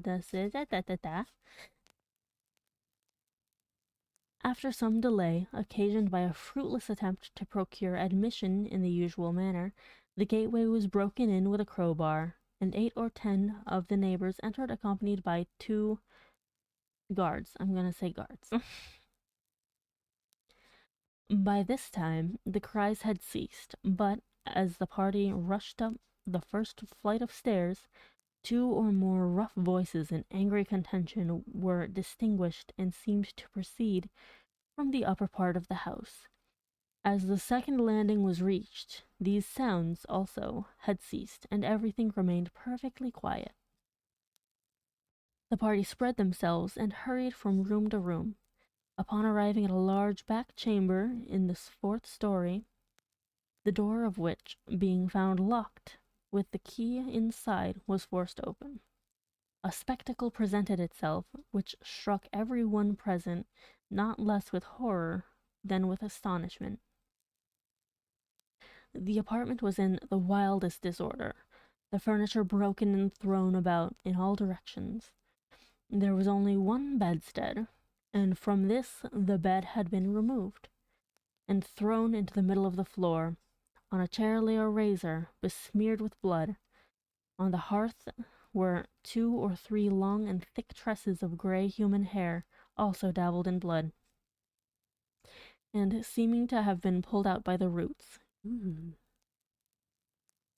Upon the floor were found 4 napoleons, an earring of topaz, 3 large silver spoons, 3 smaller of metal d'Alger, and 2 bags containing nearly 4,000 francs in gold.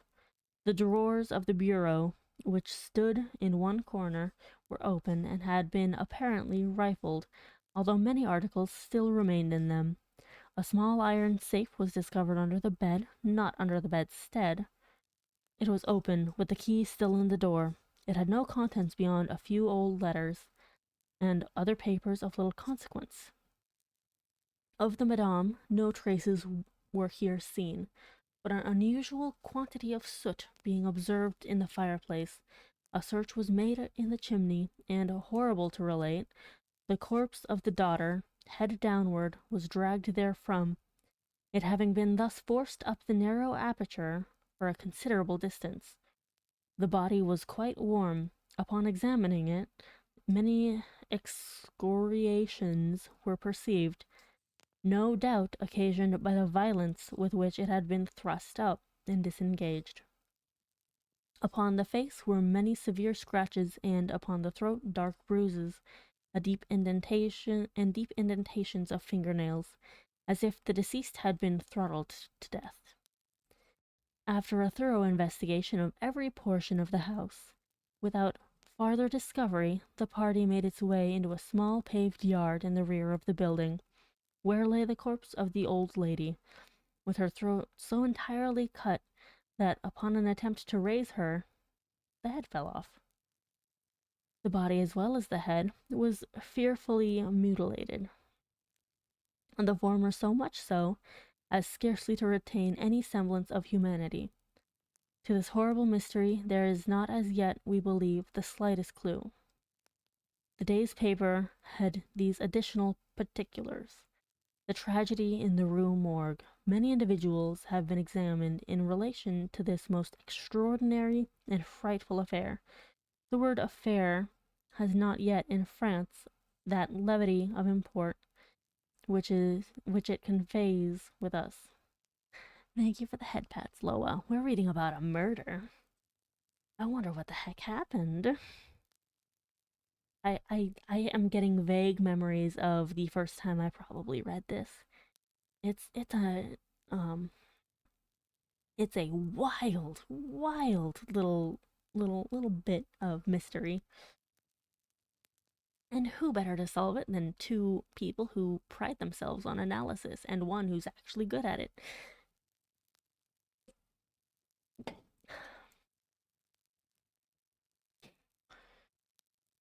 But nothing whatever has transpired to throw light upon it. We give below all the material testimony elicited. Pauline, laundress, deposes that she has known both the deceased for 3 years, having washed for them during that period. The old lady and her daughter seemed on good terms, very affectionate towards each other.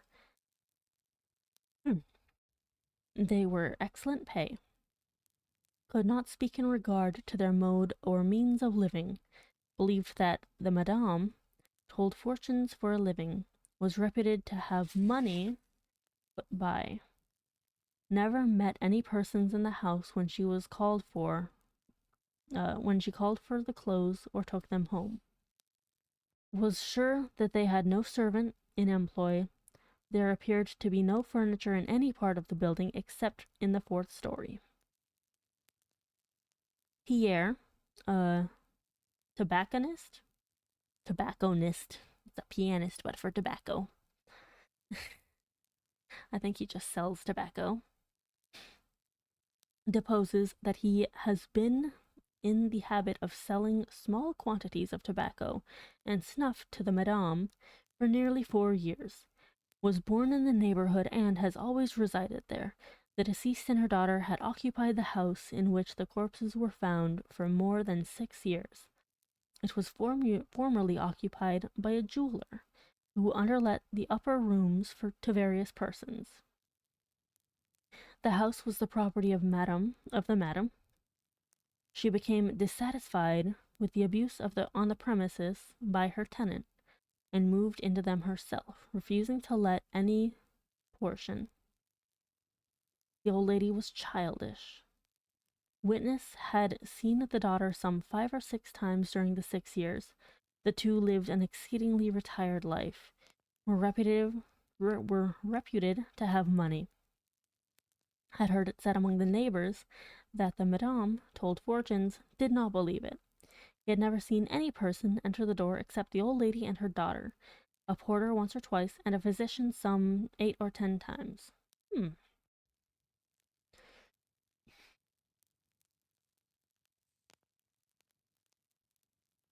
Many other persons, neighbors, gave evidence to the same effect. No one was spoken of as frequenting the house. It was not known whether there were any living connections of the madame and her daughter. The shutters of the front windows were seldom opened, Those in the rear were always closed, with the exception of the large back room, fourth story. The house was a good house, not very old. Isidore, I don't know what a gendarme is, deposes that he was called to the house about 3 o'clock in the morning, and found some 20 or 30 persons at the gateway endeavoring to gain admittance, forced it open at length with a bayonet, not with a crowbar, but had little difficulty in getting it open, on account of its being a double or folding gate, and bolted neither at bottom nor top. The shrieks were continued until the gate was forced, and then suddenly ceased. They seemed to be screams of some person or persons in great agony, were loud and drawn out, not short and quick. Witness led the way upstairs. Upon reaching the first landing, heard two voices in loud and angry contention. The one a gruff voice, and the other much shriller, a very strange voice. Could distinguish some words of the former, which was that of a Frenchman. Was positive that it was not a woman's voice. Could distinguish the words sacre and diable. The shrill voice was that of a foreigner. Could not be sure whether it was the voice of a man or of a woman. Could not make out what was said, but believed the language to be Spanish. The state of the room and of the bodies was described by this witness as we have described them yesterday. Henry Duval, a neighbor and by trade a silversmith, deposes that he was one of the party who first entered the house, corroborates the testimony of Musset in general. As soon as they forced an entrance, they reclosed the door to keep out the crowd, which collected very fast, notwithstanding the lateness of the hour. The shrill voice, this witness thinks, was that of an Italian. Was certain it was not French. Could not be sure that it was a man's voice. It might have been a woman's. Was not acquainted with the Italian language. Could not have distinguished the words, but was convinced by the intonation that the speaker was an Italian. Knew the madame and her daughter. Had conversed with both frequently. Was sure that the shrill voice was not that of either of the deceased. Ottenheimer, restaurateur. This witness volunteered his testimony. Not speaking French, was examined through an interpreter. Is a native of Amsterdam. Was passing the house at the time of the shrieks. They lasted for several minutes, probably 10. They were long and loud, very awful and distressing. Was one of those who entered the building, corroborated the previous evidence in every respect but one. Was sure the shrill voice was that of a man, of a Frenchman. Could not distinguish the words uttered. They were loud and quick, unequal, spoken apparently in fear as well as in anger. The voice was harsh, not so much shrill as harsh. Could not call it a shrill voice. The gruff voice said repeatedly, Sacre diable, and once Mon Dieu. Jules Menard, banker of the firm of Menard et Fils, Rue de Lorraine, is the elder Menard.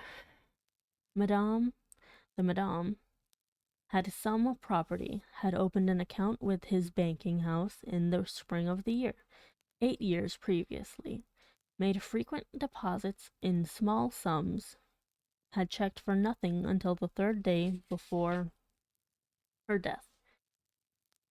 Be comfy. When she took out in person the sum of 4,000 francs. This sum was paid in gold, and a clerk went home with the money.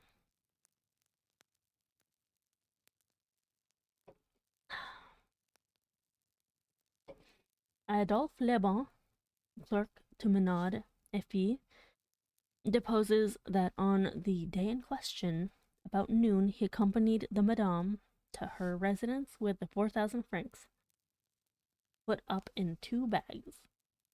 Upon the door being opened, the mademoiselle appeared and took from his hands one of the bags, while the old lady relieved him of the other. He then bowed and departed. Did not see any person in the street at the time. It is a by-street, very lonely. William Byrd deposes that he was one of the party who entered the house. Is an Englishman, has lived in Paris 2 years. Was one of the first to ascend the stairs. Heard the voices in contention. The gruff voice was that of a Frenchman. Could make out several words, but cannot now remember all. Heard distinctly sacre and mon Dieu. There was a sound at the moment as if of several persons struggling. A scraping and scuffing sound.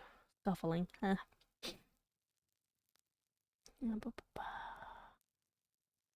The shrill voice was very loud, louder than the gruff one. Is sure that it was not the voice of an Englishman. Appeared to be that of a German. Might have been a woman's voice. Does not understand German. 4 of the above named witnesses, being recalled, deposed that the door of the chamber in which was found the body of Mademoiselle was locked on the inside when the party reached it. Everything was perfectly silent, no groans or noises of any kind. Upon forcing the door, no person was seen. The windows, both of the back and front room, were down and firmly fastened from within. A door between the 2 rooms was closed, but not locked. The door leading from the front room into the passage was locked, with the key on the inside. A small room in the front of the house, on the 4th story, at the head of the passage, was open. The door being ajar. This room was crowded with old beds, boxes, and so forth. These were carefully removed and searched. There was not an inch of any portion of the house which was not carefully searched. Sweeps were sent up and down the chimneys. The house was a 4-story one with garrets. A trap door on the roof was nailed down very securely. Did not appear to have been opened for years. The time elapsing between the hearing of the voices in contention and the breaking open of the room door was variously stated by the witnesses. Some made it as short as 3 minutes, some as long as 5. The door was opened with difficulty. Alfonso Garcio, undertaker, deposes that he resides in the Rue Morgue, is a native of Spain, was one of the party who entered the house, did not proceed upstairs, is nervous, and was apprehensive of the consequences of agitation. Heard the voices in contention. The gruff voice was that of a Frenchman, could not distinguish what was said. The shrill voice was that of an Englishman, is sure of this, does not understand the English language, but judges by the intonation. Alberto Montami, confectioner, deposes that he was among the first to ascend the stairs. Heard the voices in question. The gruff voice was that of a Frenchman, distinguished several words. The speaker appeared to be expostulating, could not make out the words of the shrill voice, spoke quick and unevenly. Thinks it the voice of a Russian, corroborates the general testimony, is an Italian, never conversed with a native of Russia. Several witnesses recalled here testified that the chimneys of all the rooms on the 4th story were too narrow to admit the passage of a human being. By sweeps were meant cylindrical sweeping brushes, such as are employed by those who clean chimneys. These brushes were passed up and down every flue in the house. There is no back passage by which any one could have descended while the party proceeded upstairs.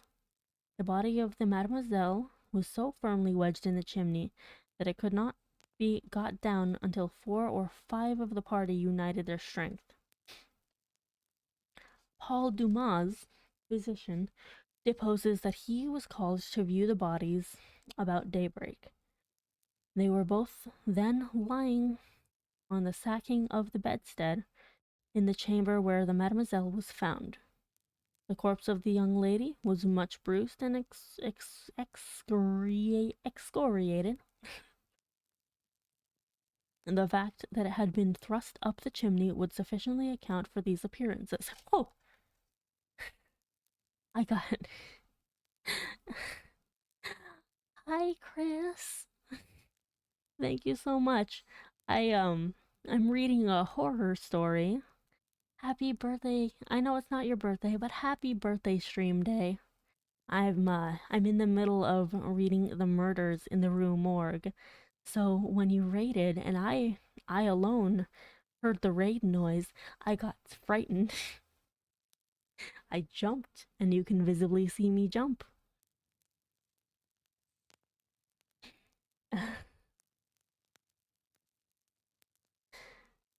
That was just just just a very quick like, "Ooh, I'm doing well. I'm having a little bit of a coughing issue today. I'm going to give you a shout out though because it is especially your birthday."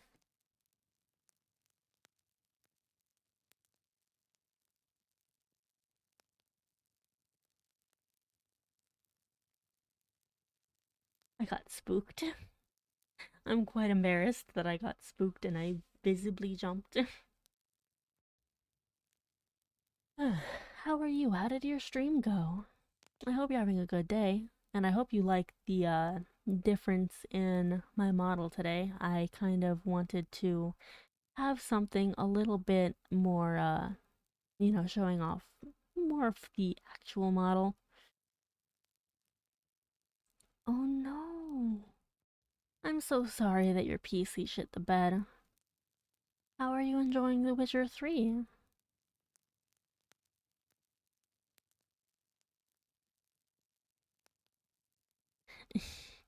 It's just a new outfit, but yes, I love it so much.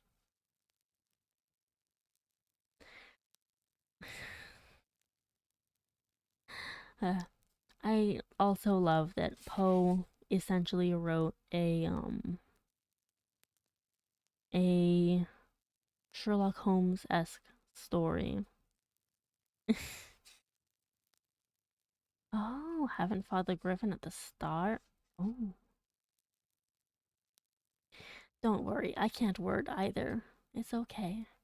We can be bad at wording as friends together. We're going through the various statements from the various witnesses at the moment for this murder, where one person was shoved up a chimney and the other had its throat cut so much that its head fell off. Absolutely terrifying. By all rights, the one in the chimney should not have been able to go into the chimney. That's just like the physics that have been uh, expounded upon. Let's see what Paul has more to say about the fact that it had been thrust up the chimney would sufficiently account for these appearances. The throat was greatly chafed. There were several deep scratches just below the chin, together with a series of livid spots which were evidently the impressions of fingers. The face was fearfully discolored, and the eyeballs protruded. The tongue had been partially bitten through. A large bruise was discovered upon the pit of the stomach, produced apparently by the pressure of a knee.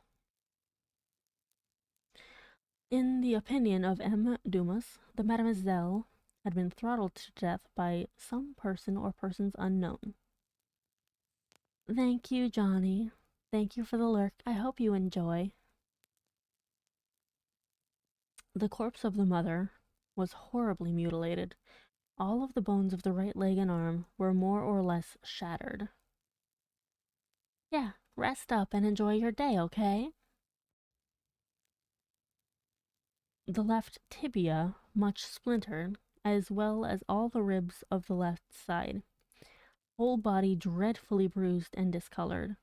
It was not possible to say how the injuries had been inflicted. A heavy club of wood, or a broad bar of iron, a chair, any large, heavy, and obtuse weapon would have produced such results, if wielded by the hands of a very powerful man. No woman could have inflicted the blows with any weapon. Wow. Sexist. Very sexist. Damn. I bet fucking there's a wrestler or two in the world that would very much like to argue this, but it's like the 1800s, okay? They still had some very dumb thoughts, okay? Let's see.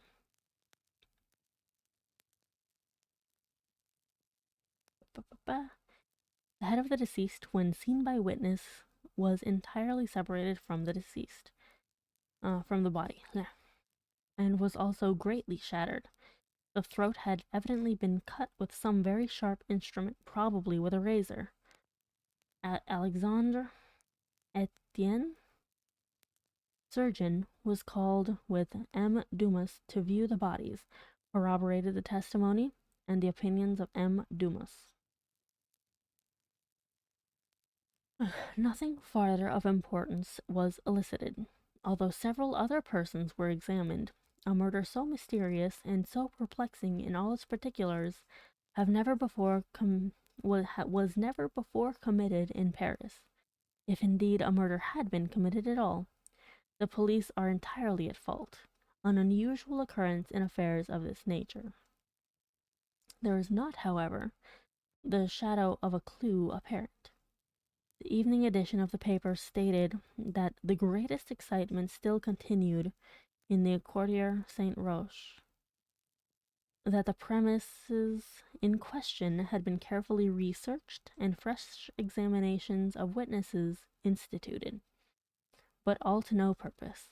A postscript, however, mentioned that Adolphe Le Bon had been arrested and imprisoned, although nothing appeared to incriminate him beyond the facts already detailed. Dupin seemed singularly interested in the progress of this affair, at least so I judged from his manner, for he made no comments. It was only after the announcement that Le Bon had been imprisoned that he asked me my opinion respecting the murders. I could merely agree with all Paris in considering them an insoluble mystery. I saw no means by which it would be possible to trace the murderer. We must not judge of the means, said Dupin, by this shell of an examination. The Parisian police, so much extolled for acumen, are cunning, but no more. There is no method in their proceedings beyond the method of the moment. They make a vast parade of measures, but not unfrequently, these are so ill adapted to the objects proposed as to put us in mind of Monsieur Jotin's calling for his robe de chambre pour mieux entendre la musique. I don't fucking know. I don't speak French, you fucking whore. How could you do this to me? The results attained by them are not unfrequently surprising, but for the most part are brought about by simple diligence and activity. When these qualities are unavailing, their schemes fail. Vidocq, for example, was a good guesser and a persevering man, but without educated thought, he erred continually by the very intensity of his investigations. He impaired his vision by holding the object too close. He might see, perhaps, one or two points with unusual clearness, but in so doing he necessarily lost sight of the matter as a whole. Thus there is such a thing as being too profound. Truth is not always in a well. In fact, as regards to the more important knowledge, I do believe that she is invariably superficial. The depth lies in the valleys where we seek her, and not upon the mountain tops where she is found. The modes and sources of this kind of error are well typified in the contemplation of heavenly bodies, to look at a star by glances, to view it in a sidelong way, by turning toward it the exterior portions of the retina, more susceptible of feeble impressions of light than the interior, is to behold the star distinctly, is to have the best appreciation of its luster, a luster which grows dim just in proportion as we turn our vision fully upon it. A greater number of rays actually fall upon the eye in the latter case, but in the former there is the more refined capacity for comprehension. My undue profundity we perplex and enfeeble thought, and it is possible to make even Venus herself vanish from the firmament by a scrutiny too sustained, too concentrated, or too direct. As for these murders, let us enter into the examinations for ourselves, before we make up an opinion respecting them. An inquiry will afford us amusement. I thought this an odd term, so applied, but said nothing.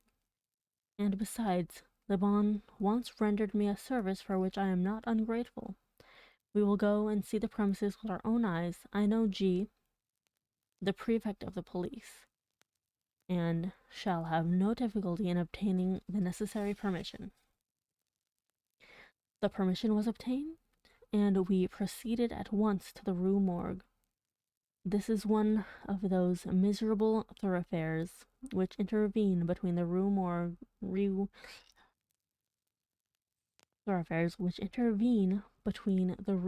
Richelieu and the Rue Saint Roch. It was late in the afternoon when we reached it. As this quarter is at a great distance from that in which we resided, the house was readily found, for there were still many persons gazing up at the closed shutters with an objectless curiosity from the opposite side of the way. It was an ordinary Parisian house, with a gateway, on one side of which was a glazed watchbox, with a sliding panel in the window, indicating a loge de concierge. Before going in, we walked up the street, turned down an alley, and then again turning, passed in the rear of the building. Dupin, meanwhile, examining the whole neighborhood, as well as the house, with a minuteness of attention for which I could see no possible object. Retracing our steps, we came again to the front of the dwelling, rang, and, having shown our credentials, were admitted by the agents in charge. We went upstairs into the chamber where the body of the Mademoiselle had been found, and where both the deceased still lay. Jesus. The disorders of the room had, as usual, been suffered to exist. I saw nothing beyond what had been stated in the Gazette des Tribunaux. Dupin scrutinized everything, not excepting the bodies of the victims. We then went into the other rooms and into the yard, and a guard, I think, a police officer, something like that, accompanying us throughout. The examination occupied us until dark, when we took our departure.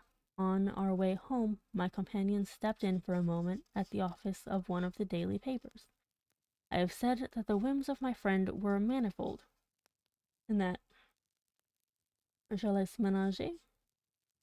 For this phrase there is no English equivalent. It was his humor now to decline all conversation on the subject of the murder until about noon the next day. He then asked me suddenly if I had observed anything peculiar at the scene of the atrocity. There was something in his manner of emphasizing the word peculiar which caused me to shudder without knowing why. No, nothing peculiar, I said. Nothing more, at least, than we both saw stated in the paper. The Gazette, he replied, has not entered, I fear, into the unusual horror of the thing, but dismissed the idle opinions of this print. It appears to me that this mystery is considered insoluble, for the very reason which should cause it to be regarded as easy of a solution. I mean, for the autre character of its features. The police are confounded by the seeming absence of motive, not for the murder itself, but for the atrocity of the murder. They are puzzled, too, by the seeming impossibility of reconciling the voices heard in contention with the facts that no one was discovered upstairs but the assassinated mademoiselle, and that there were no means of egress without the notice of the party ascending. The wild disorder of the room, the corpse thrust with head downward up the chimney, the frightful mutilation of the body of the old lady, these considerations, with those just mentioned and others which I need not mention, have sufficed to paralyze the powers, by putting completely at fault the boasted acumen of the government agents. They have fallen into the gross but common error of confounding the unusual with the abstruse. But it is by these deviations from the plane of the ordinary that reason feels its way, if at all, in its search for the true. In investigations such as we are now pursuing, it should not be so much asked what has occurred, as what has occurred that has never occurred before. In fact, the facility with which I shall arrive, or have arrived, at the solution of this mystery is in the direct ratio of its apparent insolubility in the eye of the police. I stared at the speaker in mute astonishment. I am now awaiting, continued he, looking toward the door of our apartment, I am now awaiting a person who, although perhaps not the perpetrator of these butcheries, must have been in some measure implicated in their perpetration. Of the worst portion of the crimes committed, it is probable that he is innocent. I hope that I am right in this supposition, for upon it I build my expectation of reading the entire riddle. I look for the man here, in this room, every moment. It is true that he may not arrive, but the probability is that he will. Should he come, it will be necessary to detain him. Here are pistols, and we both know how to use them when occasion demands their use. Damn, he's about to question someone that was probably at least involved in some way. You know, innocent of the murder, but guilty of association or involvement or something. I took the pistols, scarcely knowing what I did, or believing what I heard, while Dupin went on, very much as if in a soliloquy. I have already spoken of his abstract manner at such times. His discourse was addressed to himself, but his voice, although by no means loud, had that intonation which is commonly employed in speaking to someone at a great distance. His eyes vacant in expression, regarded only the wall. That the voices heard in contention, he said, by the party upon the stairs, were not the voices of the women themselves, was fully proved by the evidence. This relieves us of all doubt upon the question whether the old lady could have first destroyed the daughter and afterward committed suicide. I speak of this point chiefly for the sake of method, for the strength of the madame would have been utterly unequal to the task of thrusting her daughter's corpse up the chimney, as it was found, and the nature of the wounds upon her own person entirely preclude the idea of self-destruction. Murder, then, has been committed by some third party, and the voices of this third party were those heard in contention. Let me now advert, not to the whole testimony respecting these voices, but to what was peculiar in that testimony. Did you observe anything peculiar about it? I observed a lot peculiar about it. They was so inconsistent. I remarked that while all witnesses agreed in supposing the gruff voice to be that of a Frenchman, there was much disagreement in regard to the shrill, or, as one individual termed it, the harsh voice. That was the evidence itself, said Dupin, but it was not the peculiarity of the evidence. You have observed nothing distinctive. Yet there was something to be observed. The witnesses, as you remark, agreed about the gruff voice. They were here unanimous. But in regard to the shrill voice, the peculiarity is, not that they disagreed, but that, while an Italian, an Englishman, a Spaniard, and Hollander and a Frenchman attempted to describe it, each one spoke of it as that of a foreigner. Each is sure that it was not the voice of one of his own countrymen. Each likens it not to the voice of an individual of any nation with whose language he is conversant, but the converse. The Frenchman supposes it the voice of a Spaniard, and might have distinguished some words had he been acquainted with the Spanish. The Dutchman maintains it to have been that of a Frenchman, but we find it stated that, not understanding French, this witness was examined through an interpreter. The Englishman thinks it the voice of a German, and does not understand German. The Spaniard is sure that it was that of an Englishman, but judges by the intonation altogether, as he has no knowledge of the English. The Italian believes the voice of a Russian, but has never conversed with a native of Russia. A second Frenchman differs, moreover, with the first, and is positive that the voice was that of an Italian, but, not being cognizant of that tongue, is, like the Spaniard, convinced by the intonation. Now, how strangely unusual must that voice have really been, about which such testimony as this could have been elicited, in whose tones even denizens of the 5 great divisions of Europe could recognize nothing familiar. You will say that it might have been the voice of an Asiatic, of an African. Neither Asiatics nor Africans abound in Paris, but without denying the interference, I will now merely call your attention to 3 points. The voice is termed by one witness harsh rather than shrill. It is represented by 2 others to have been quick and unequal. No words, no sound resembling words, were by any witness mentioned as distinguishable. I know not, continued Dupin, what impression I may have made so far upon your own understanding, but I do not hesitate to say that legitimate deductions even from this portion of the testimony, the portion respecting the gruff and shrill voices, are in themselves sufficient to engender a suspicion which should give direction to all farther progress in the investigation of the mystery. I said legitimate deductions, but my meaning is not thus fully expressed. I designed to imply that the deductions are the sole proper ones, and that the suspicion arises inevitably from them as the single result. What the suspicion is, however, I will not say just yet. I merely wish you to bear in mind that, with myself, it was sufficiently forcible to give a definite form, a certain tendency, to my inquiries in the chamber. Let us now transport ourselves in fancy to this chamber. What shall we first seek here? The means of egress employed by the murderers. It is not too much to say that neither of us believe in preternatural events. The Madame and Mademoiselle were not destroyed by spirits. The doers of the deed were material, and escaped materially. Then how? Fortunately, there is but one mode of reasoning upon the point, and that mode must lead to a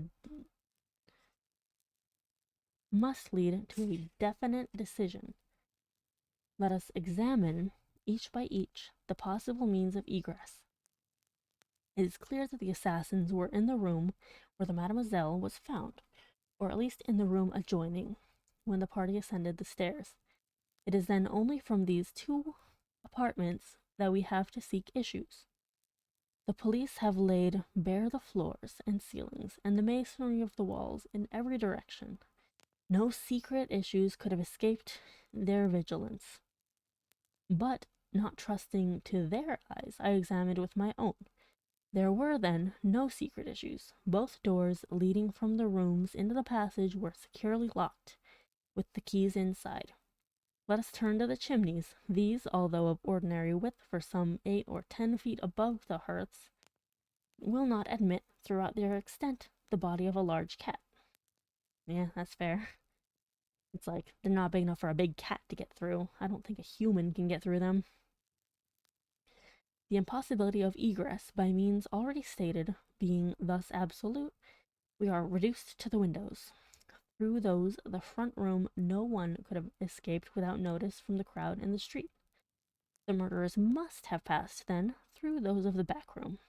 Now, brought to this conclusion in so unequivocal a manner as we are, it is not our part, as reasoners, to reject it on account of apparent impossibilities.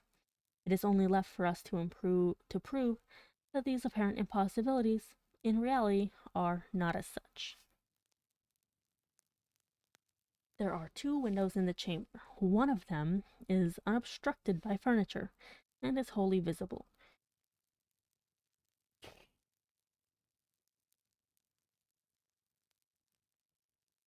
The lower portion of the other is hidden from view by the head of the unwieldy bedstead, which is thrust close up against it. The form was found securely fastened from within. It resisted the utmost force of those who endeavored to raise it.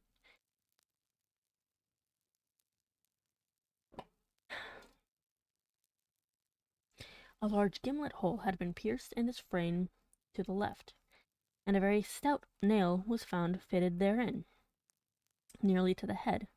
Upon examining the other window, a similar nail was seen similarly fitted in, and a vigorous attempt to raise this sash failed also.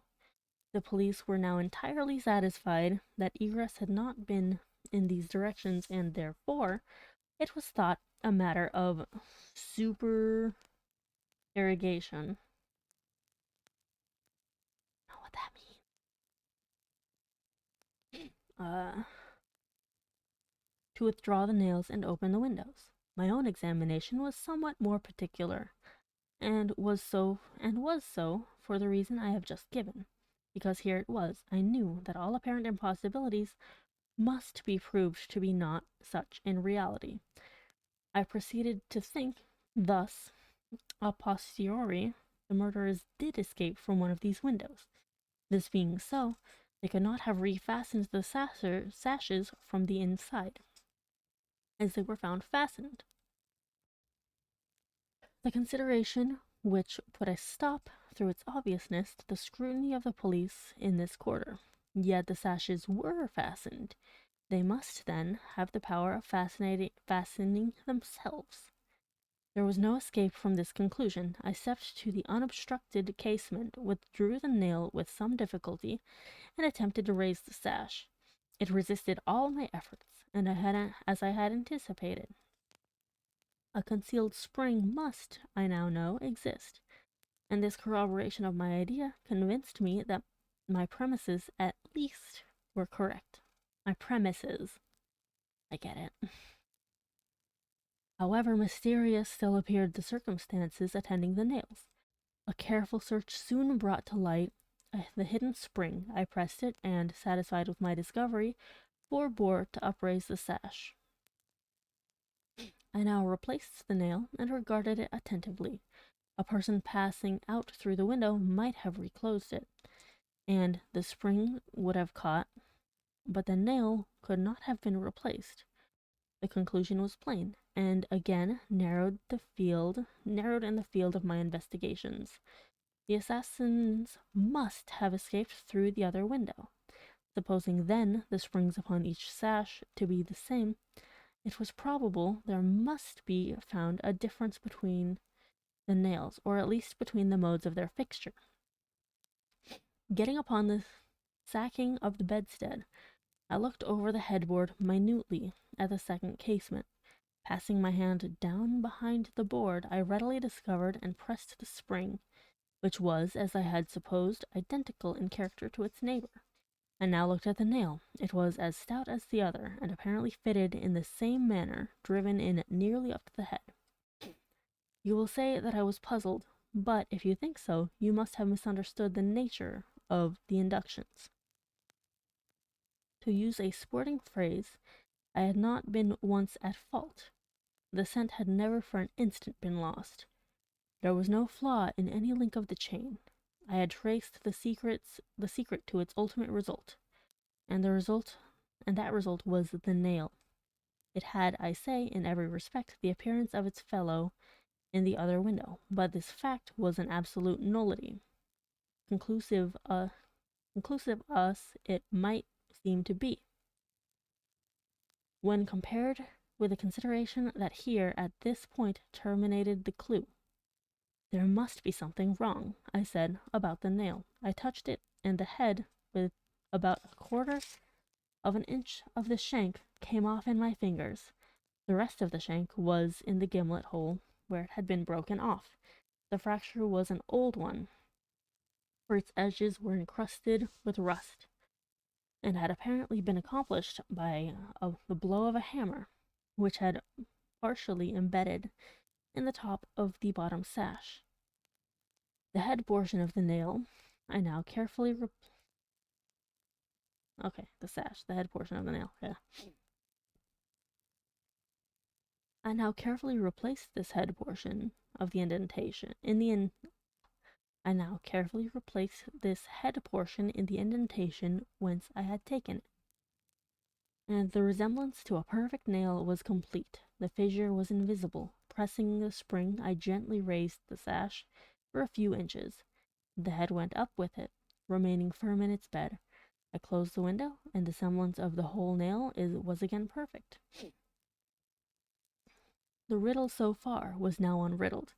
The assassin had escaped through the window which looked upon the bed, dropping of its own accord upon his exit, or perhaps purposely closed. It had become fastened by the spring, and it was the retention of this spring which had been mistaken by the police for that of the nail. Farther inquiry being thus considered unnecessary. Damn, they got out the window, the spooky window. I'm pretty sure they pay homage to this in that BBC Sherlock show. Pretty sure.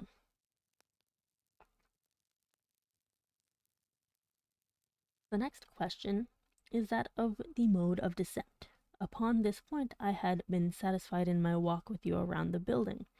About 5 feet and a half from the casement in question there runs a lightning rod. From this rod it would have been impossible for anyone to reach the window itself, to say nothing of entering it. I observed, however, that the shutters of the 4th story were of the peculiar kind called by Parisian carpenters brides, a kind rarely employed at the present day, but frequently seen upon very old mansions at Lyons and Bordeaux. They are in the form of an ordinary door, a single, not a folding door, except that the upper half is latticed or worked in open trellis, thus affording an excellent hold for the hands. In the present instance, these shutters are fully 3 feet and a half broad. When we saw them from the rear of the house, they were both half open. That is to say, they stood off at right angles from the wall. It is probable that the police as well as myself examined the back of the tenement, but if so, in looking at these facades, in the line of their breadth, as they must have done, they did not perceive this great breadth itself, or, at all events, failed to take it into due consideration. In fact, having once satisfied themselves that no egress could have been made in this quarter, they would naturally bestow here a very cursory examination. It was clear to me, however, that the shutter belonging to the window at the head of the bed would, if swung fully back to the wall, reach within 2 feet of the lightning rod. It was also evident that, by exertion of a very unusual degree of activity and courage, an entrance into the window from the rod might have been thus effected. By reaching to the distance of 2 feet and a half, we now suppose the shutter open to its whole extent. A robber might have taken a firm grasp upon the trellis work, letting go, then, his hold upon the rod, placing his feet securely against the wall, and springing boldly from it. He might have swung the shutter so as to close it, and, if we imagine the window open at the time, might have even swung himself into the room. I wish you to bear especially in mind that I have spoken of a very unusual degree of activity as requisite to success in so hazardous and so difficult a feat. It is my design to show you first that the thing might possibly have been accomplished. But secondly, and chiefly, I wish to impress upon your understanding the very extraordinary, the almost preternatural character of that agility which could have accomplished it.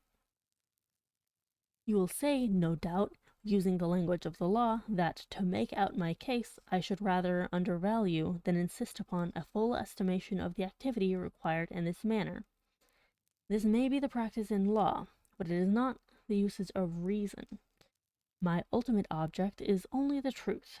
My immediate purpose is to lead you to place in juxtaposition that very unusual activity of which I have just spoken, with the very peculiar, shrill, or harsh and unequal voice, about whose nationality no two persons could be found to agree, and in whose utterance no syllabification could be detected. At these words, a vague and half-formed conception of the meaning of Dupin flitted over my mind. I seemed to be upon the verge of comprehension without power to comprehend, as men at times find themselves upon the brink of remembrance without being able, in the end, to remember. My friend went on with his discourse. You will see, he said, that I have shifted the question from the mode of egress to that of ingress. It was my design to convey the idea that both were effected in the same manner, at the same point. Let us now revert to the interior of the room. Let us survey the appearances here. The drawers of the bureau, it is said, had been rifled, although many articles of apparel still remained within them. The conclusion here is absurd. It is a mere guess, a very silly one, and no more. How are we to know that the articles found in the drawers were not all these drawers had originally contained? The madame and her daughter lived an exceedingly retired life, saw no company, seldom went out, had little use for numerous changes of habiliment. Those found were at least of as good quality as any likely to be possessed by these ladies. If a thief had taken any, why did he not take the best? Why did he not take all? In a word, why did he abandon 4,000 francs in gold to encumber himself with a bundle of linen? The gold was abandoned. Nearly the whole sum mentioned by Monsieur Meynell, the banker, was discovered in the bags upon the floor. I wish you, therefore, to discard from your thoughts the blundering idea of motive, engendered in the brains of the police by that portion of the evidence which speaks of money delivered at the door of the house. Coincidences 10 times as remarkable as this, the delivery of the money, the murder committed within 3 days upon the party receiving it, happen to all of us every hour of our lives, without attracting even momentary notice. Coincidences, in general, are great stumbling blocks in the way of the class of thinkers who have been educated to know nothing of the theory of probabilities, that theory to which the most glorious objects of human research are indebted for the most glorious of illustration. It is the present instance. Had the gold been gone, the fact of its delivery 3 days before would have formed something more than a coincidence. It would have been corroborative of this idea of motive, but under the real circumstances of the case, if we are to suppose gold the motive of this outrage, we must also imagine the perpetrator so vacillating an idiot as to have abandoned his gold and his motive together.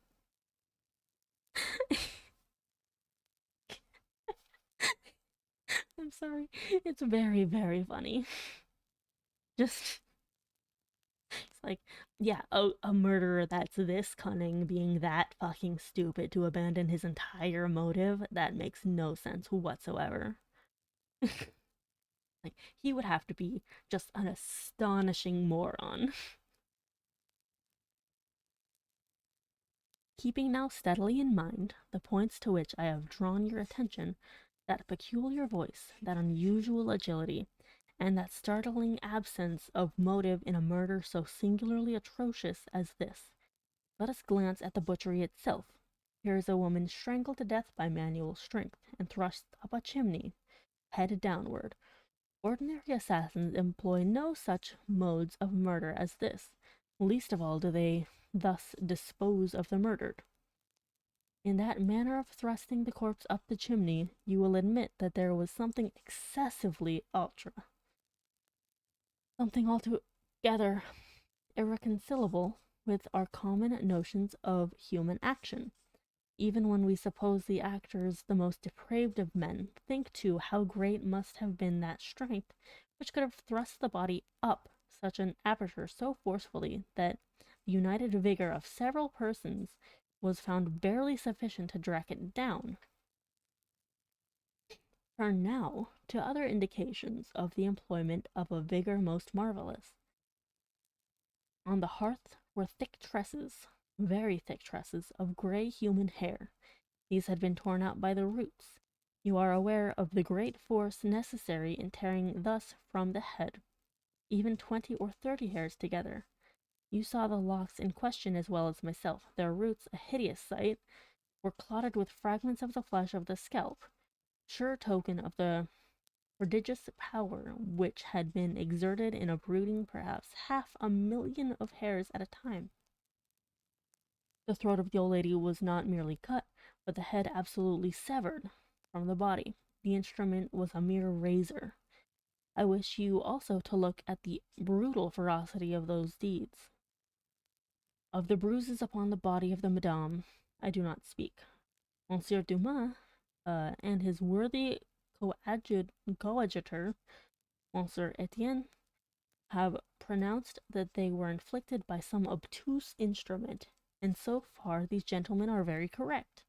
The obtuse instrument was clearly the stone pavement in the yard, upon which the victim had fallen from the window which looked in upon the bed. Huh.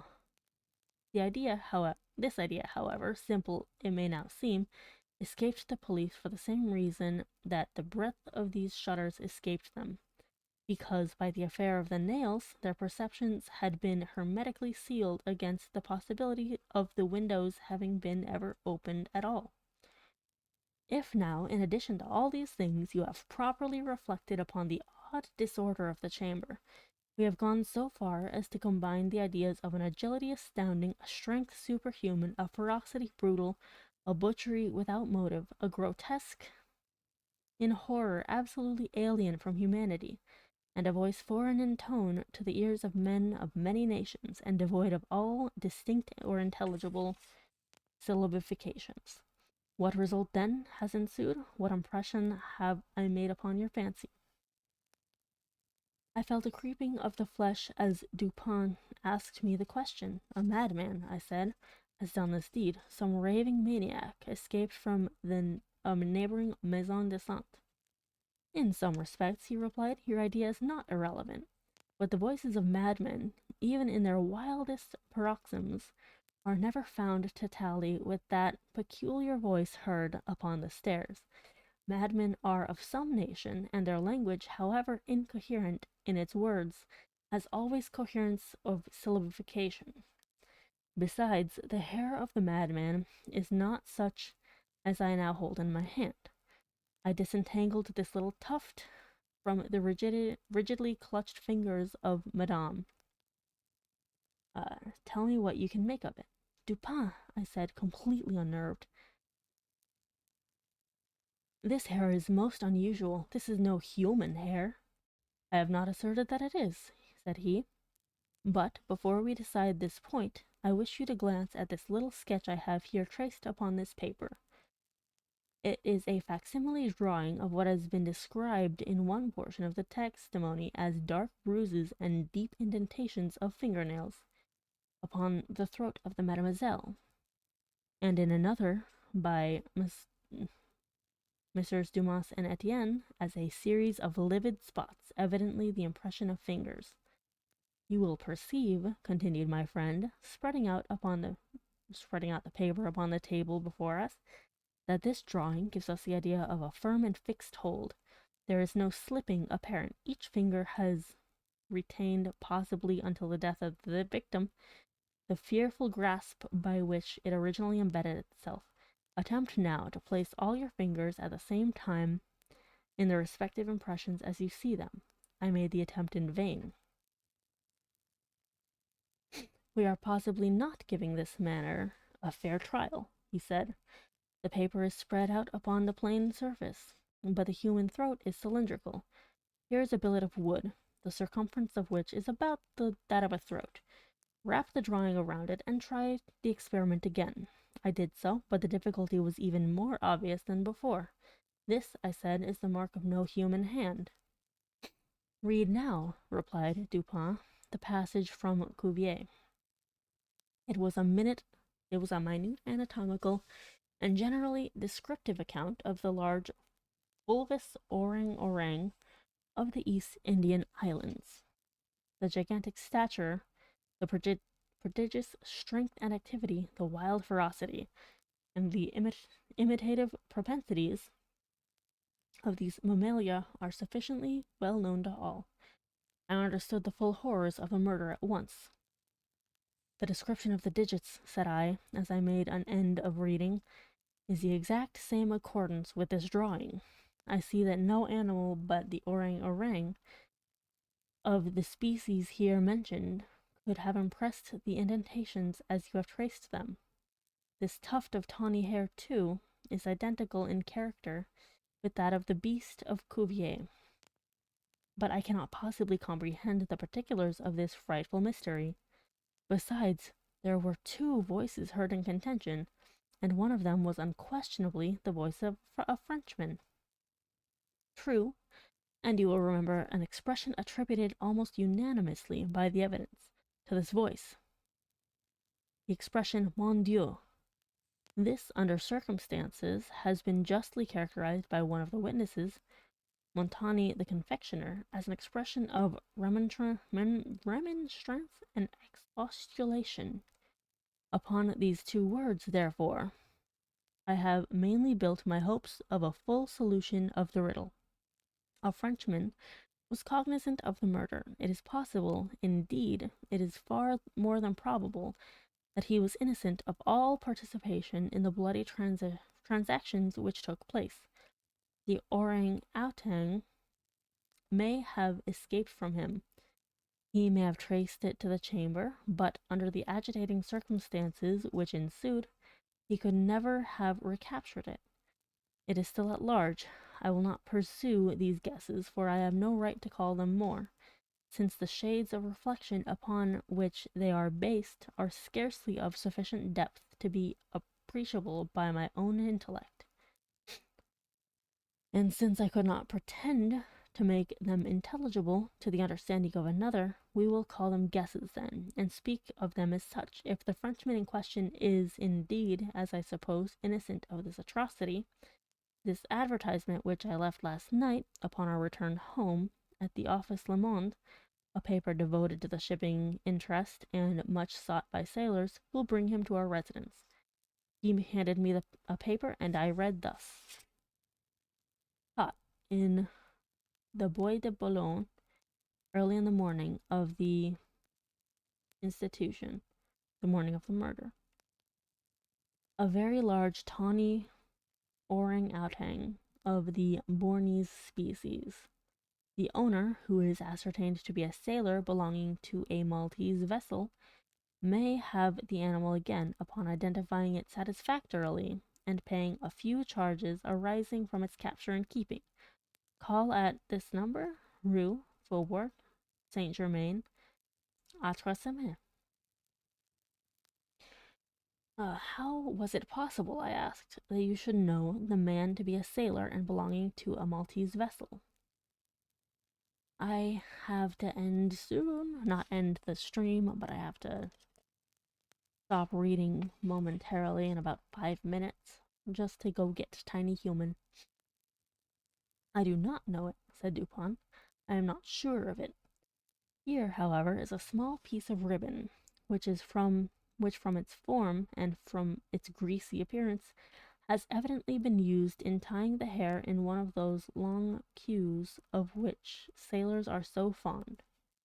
Moreover, this knot is one which few besides sailors can tie, and is peculiar to the Maltese.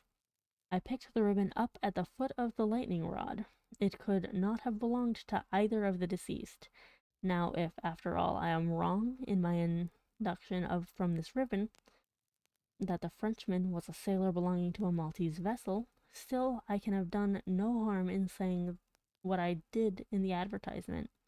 If I am in error, he will merely suppose that I have been misled by some circumstance into which he will not take the trouble to inquire. But if I am right, a great point is gained. Cognizant, although innocent, of the murder, the Frenchman will naturally hesitate about replying to the advertisement, about demanding the orangutan. Orangutan? Is it an orangutan? I hate that that might be what it is. I'm going to look it up in a moment when I come back.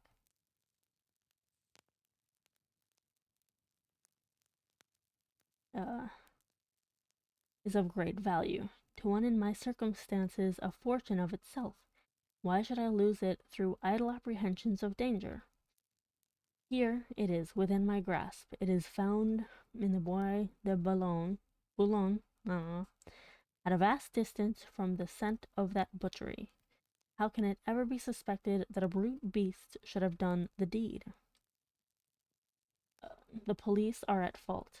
They have failed to procure the slightest clue, should they even trace the animal. It would be impossible to prove me cognizant of the murder, or to implicate me in the guilt on account of that cognizance. Above all, I am known. The advertiser designates me as the possessor of the beast. I am not sure to what limit his knowledge may extend. Should I avoid claiming a property of so great value, which it is known that I possess, I will render the animal at least liable to suspicion. It is not my policy to attract attention either to myself or to the beast. I will answer the advertisement, get the, I think, orangutan, and keep it close until this matter has blown over. At the moment we heard a step upon the stairs. Be ready, said Dupin, with your pistols, but neither use them nor show them until at a signal from myself. The front door of the house had been left open, and the visitor had entered without ringing, and advanced several steps upon the staircase. Now, however, he seemed to hesitate. Presently we heard him descending. Dupin was moving quickly to the door, when again we heard him coming up. He did not turn back a second time, but stepped up with decision, and rapped at the door of our chamber. We will continue momentarily, because I have to go check on Tiny Human. Well, go check on, pick him up, stuff like that. All of these some suches. I'm going to be right back. I hope you're all enjoying, and we will continue this crazy tale momentarily. Thank you for your patience.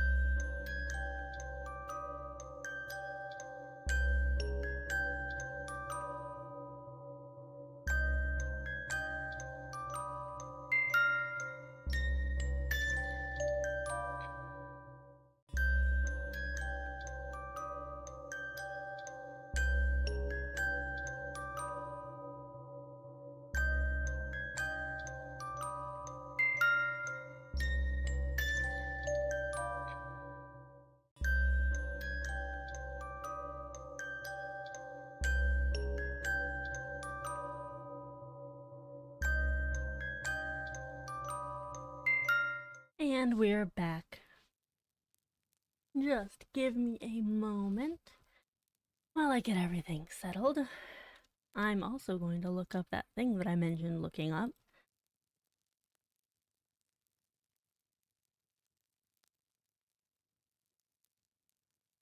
It's an orangutan. I'm like,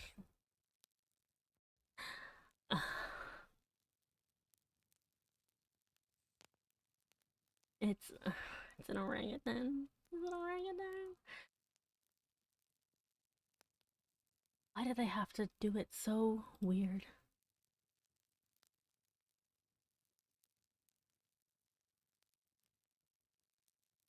Why? Why did they have to spell it in a very strange way? It's an orangutan. Fucking killed a lady. I said, no, you're not getting your tablet. Go play in your room. Sorry, Tiny Human wants to have his tablet, but I'm trying to limit the amount of time he spends on his tablet. As much as it vexes him, as much as it drives him nuts, he doesn't get it. He doesn't get it unless he's been good, and he only gets it for a little bit of time each day, at least as long as I have something to say about it. His father's a little softer on him about it than I am.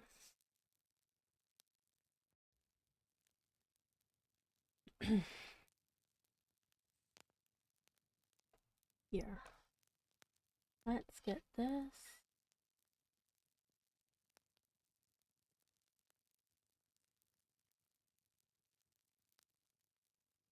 There we go.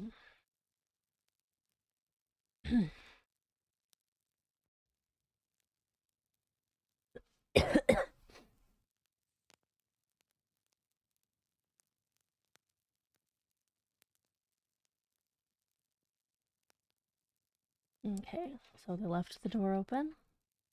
They heard him coming up the stairs. They heard him hesitate and start to move down the stairs again. And then they heard him fully decide that he was going to go up the stairs. Well, whoever the owner is.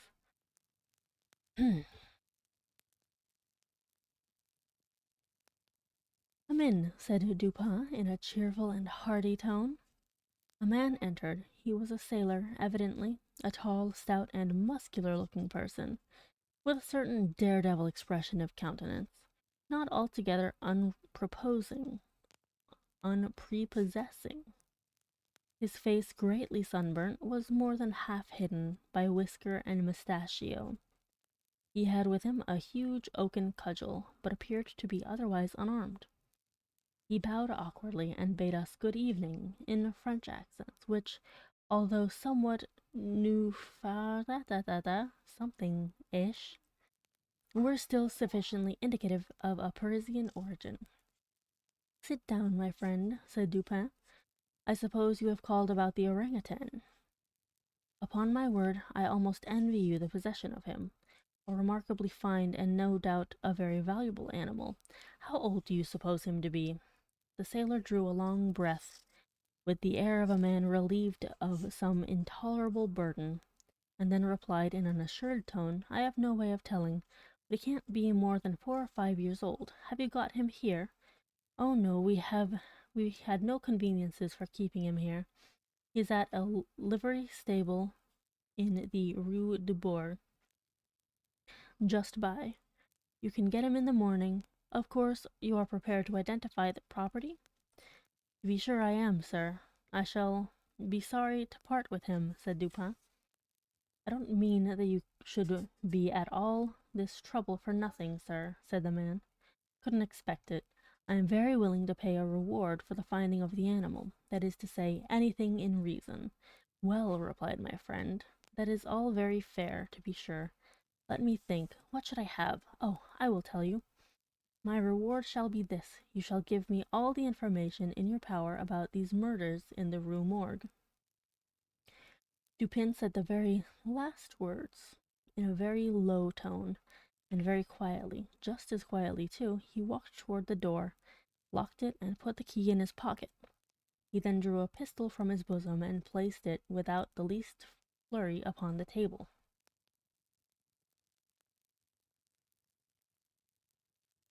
The sailor's face flushed up as if he were struggling with suffocation. He started to his feet and grasped his cudgel, but the next moment he fell back into his seat, trembling violently, and with the countenance of death itself. He spoke not a word. I pitied him from the bottom of my heart. "My friend," said Dupin in a kind tone, "you are alarming yourself unnecessarily. You are indeed. We mean you no harm whatever. I pledge you the honor of a gentleman and of a Frenchman that we intend you no injury. I perfectly well know that you are innocent of the atrocities in the Rue Morgue. It will not do, however, to deny that you are in some measure implicated in them. From what I have already said, you must know that I have had means of information about this matter, means of which you could never have dreamed. Now the thing stands thus. You have done nothing which you could have avoided, nothing. Hello, welcome in, Adonis. We are currently reading The Murders in the Rue Morgue. We are at the precipice of action, where the main character, or the roommate of the main character, is sort of subtly questioning. Oh? Was it too loud, or do you dislike it, or what's up?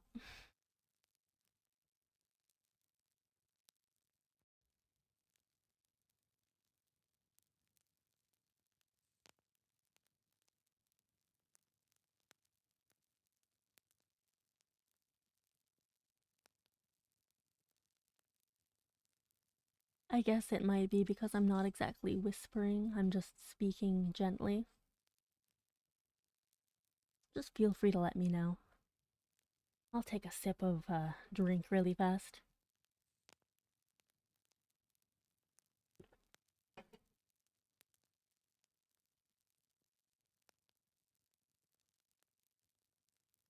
And while I wait for your response, I will go check on Tiny Human for just a moment.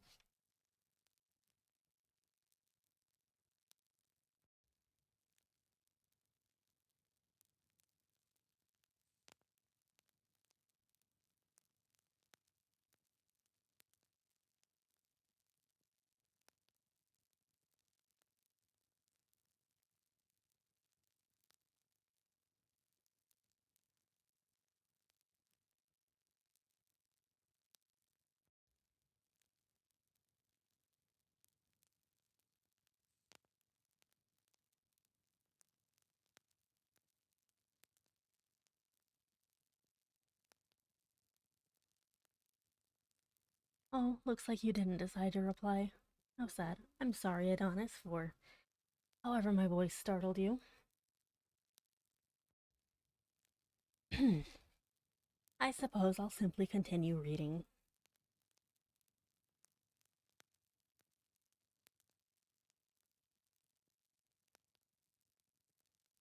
You have done nothing which you could have avoided, nothing, certainly, which renders you culpable. You were not even guilty of robbery, when you might have robbed with impunity. You have nothing to conceal.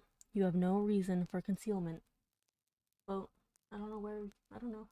Go play in a room, buddy. On the other hand, you are bound by every principle of honor to confess all you know. An innocent man is now imprisoned, charged with that crime of which you can point out the perpetrator. The sailor had recovered his presence of mind in a great measure while Dupin uttered these words, but his original boldness of bearing was all gone.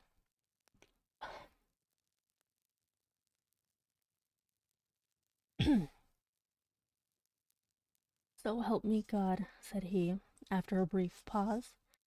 I will tell you all that I know about this affair, but I do not expect you to believe one half what I say. I don't know. Very confusing. I would be a fool indeed if I did. Still, I am innocent, and I will make a clean breast if I die for it. What he stated was in substance this. He had lately made a voyage to the Indian archipelago, a party of which he formed one. landed at Borneo and passed into the interior of an excursion of pleasure. Himself and a companion had captured the orangutan. This companion dying, the animal fell into his own exclusive possession. After great trouble occasioned by the intraceable ferocity of his captive during the home voyage, he at length succeeded in lodging it safely at his own residence in Paris, where, not to attract toward himself the unpleasant curiosity of his neighbors, he kept it carefully secluded, until such a time as it should recover from a wound in the foot, received from a splinter on board ship. His ultimate design was to sell it. Returning home from some sailor's frolic in the night, or rather in the morning of the murder, he found the beast occupying his own bedroom, into which it had broken from a closet adjoining where it had been, as was thought, securely confined. Razor in hand and fully lathered, it was sitting before a looking-glass, attempting the operation of shaving, in which it had no doubt previously watched its master through the keyhole of the closet. Terrified at the sight of so dangerous a weapon in the possession of an animal so ferocious, and so well able to use it, the man for some moments was at a loss what to do. He had been accustomed, however, to quiet the creature, even in its fiercest moods, by the use of a whip, and to this he now resorted. Upon sight of it, the orangutan sprang at once through the door of the chamber, down the stairs, and thence through a window unfortunately open into the street. The Frenchman followed in despair, the ape, razor still in hand, occasionally stopping to look back at and gesticulate at its pursuer, until the latter had nearly come up with it. Nearly caught up with it? I don't know. It then again made off. In this manner the chase continued for a long time. The streets were profoundly quiet, as it was nearly 3 o'clock in the morning.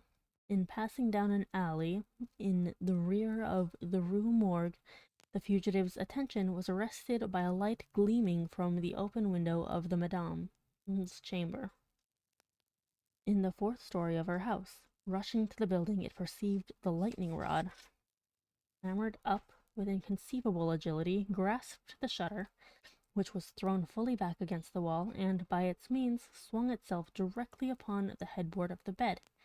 The whole feat did not occupy a minute. The shutter was kicked open again by the orangutan as it entered the room. The sailor, in the meantime, was both rejoiced and perplexed.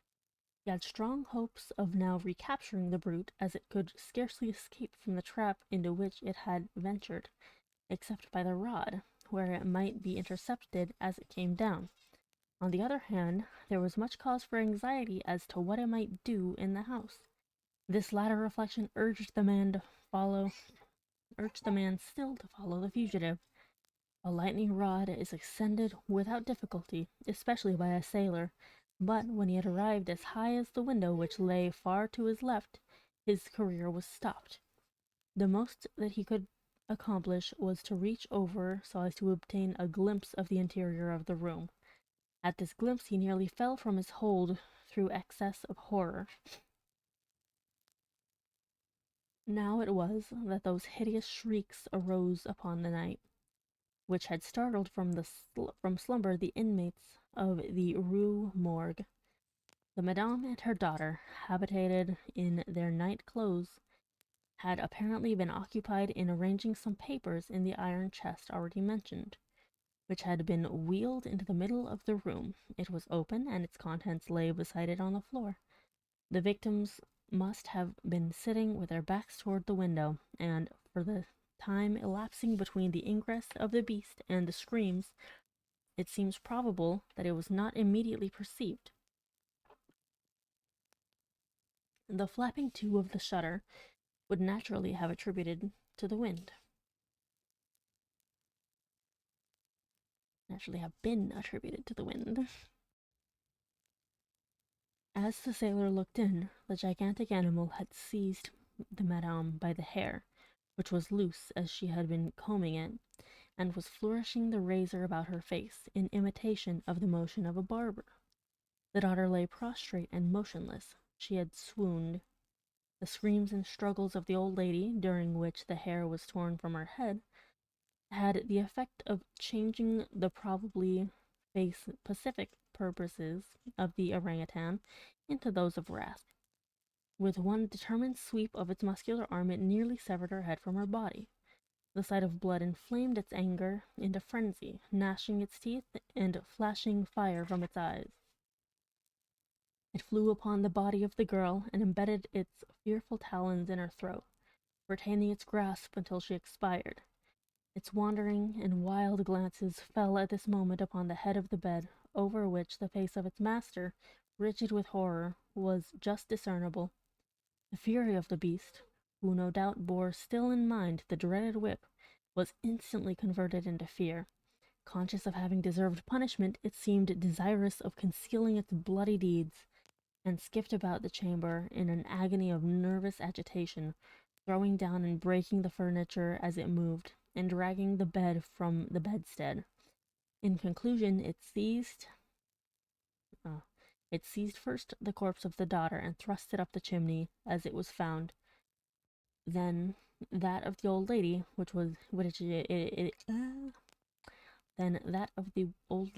it immediately hurled through the window headlong.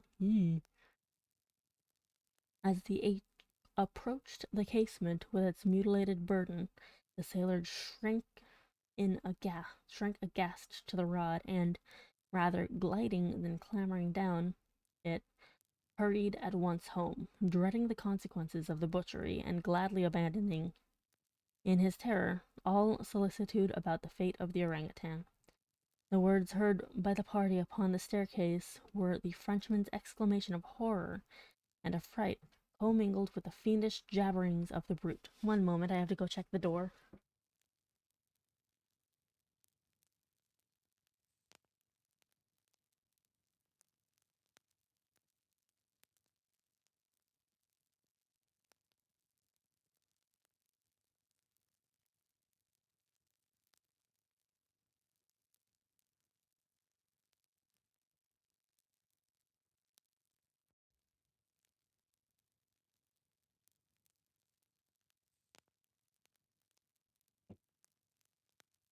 And I'm back.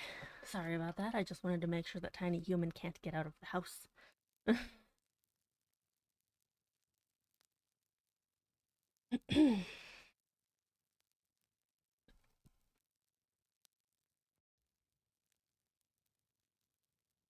Frenchman's exclamations of horror and affright commingled with the fiendish jabberings of the brute. I have scarcely anything to add. The orangutan must have escaped from the chamber by the rod just before the break of the door. It must have closed the window as it passed through it. It was subsequently caught by the owner himself, who obtained for it a very large sum at the Jardin des Plantes. Le Bon was instantly released upon our narration of the circumstances, with some comments from Dupin, at the bureau of the prefect of police. This functionary, however well disposed to my friend, could not altogether conceal his chagrin at the turn which affairs had taken, and was fain to indulge in a sarcasm or two about the propriety of every person minding his own business. "Let him talk," said Dupin, who had not thought it necessary to reply. "Let him discourse. It'll ease his conscience. I am satisfied with having defeated him in his own castle. Nevertheless, that he failed in the solution of this mystery is by no means that matter for wonder which he supposes it, for in truth our friend the prefect is somewhat too cunning to be profound, and his wisdom is no stamen. It is all head and no body, like the pictures of the goddess Laverna, or, at best, all head and shoulders, like a codfish. But he is a good creature after all. I like him especially for one master stroke of cant, by which he has attained his reputation for ingenuity. I mean the way he has done the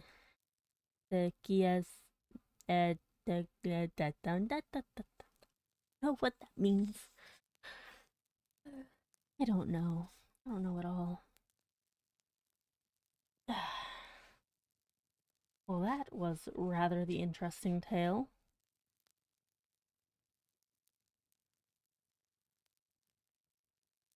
The next few tales look to be quite short in comparison. This next one is merely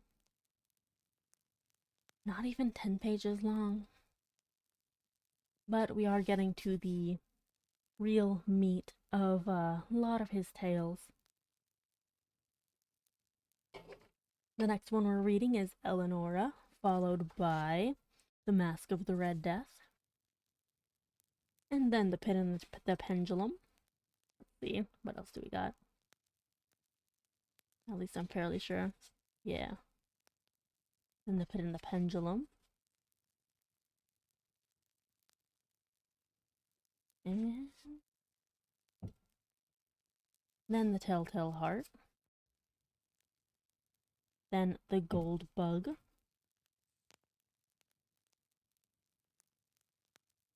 The Gold Bug's quite a long one, too. I don't know what this one is all about, actually. Oh my goodness, it is very long.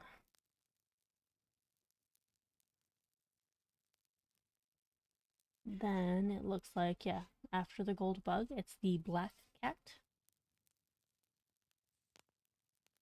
Then the Premature Burial, which seems to be another quite long one.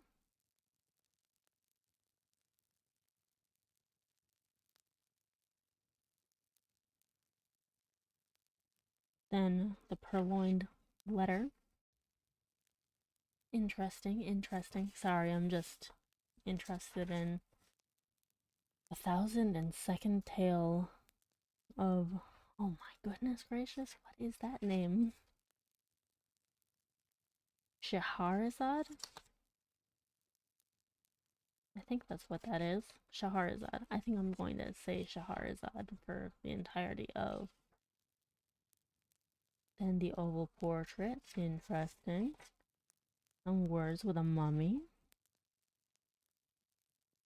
It's fascinating to me that it doesn't end with one of his more well-known works.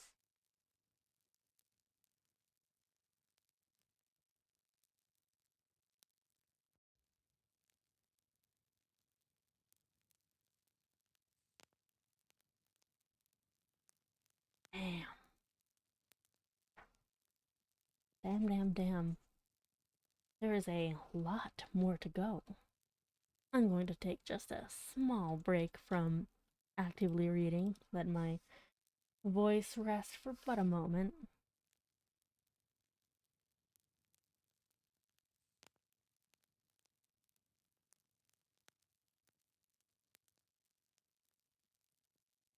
Because I do want to look at a book holder stand.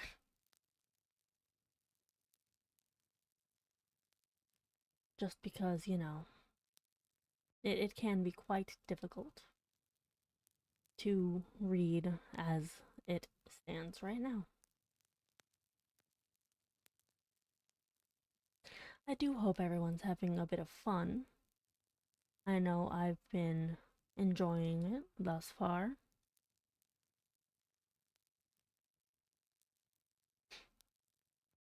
But I hope you are as well. One only comes in brown, unfortunately.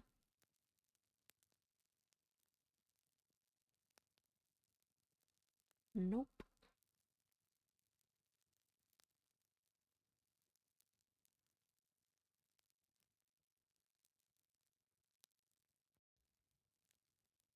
Maybe. I think Tiny Human is also trying to throw a fit to get what he wants, and that's not how this works.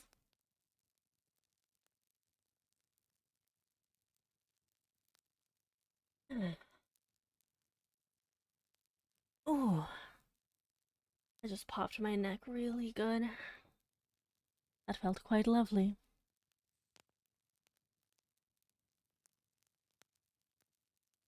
I don't know if I should feel insulted by that Adonis fellow. Oh well. If he doesn't like my voice, then he can just not watch. I've heard that people like it, so sucks to suck.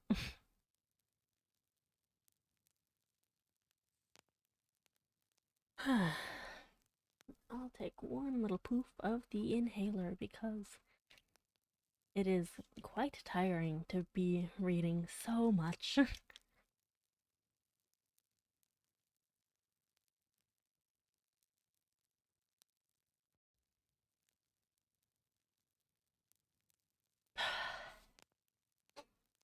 And another sip.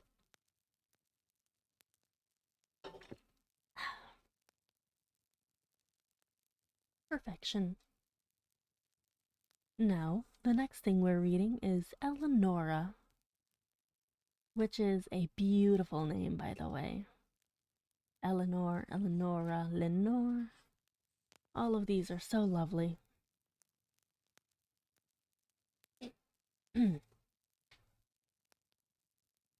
It is suggested that this tale is autobiographical. It was first published in a couple of things in 1842, but a modified version was published in 1845.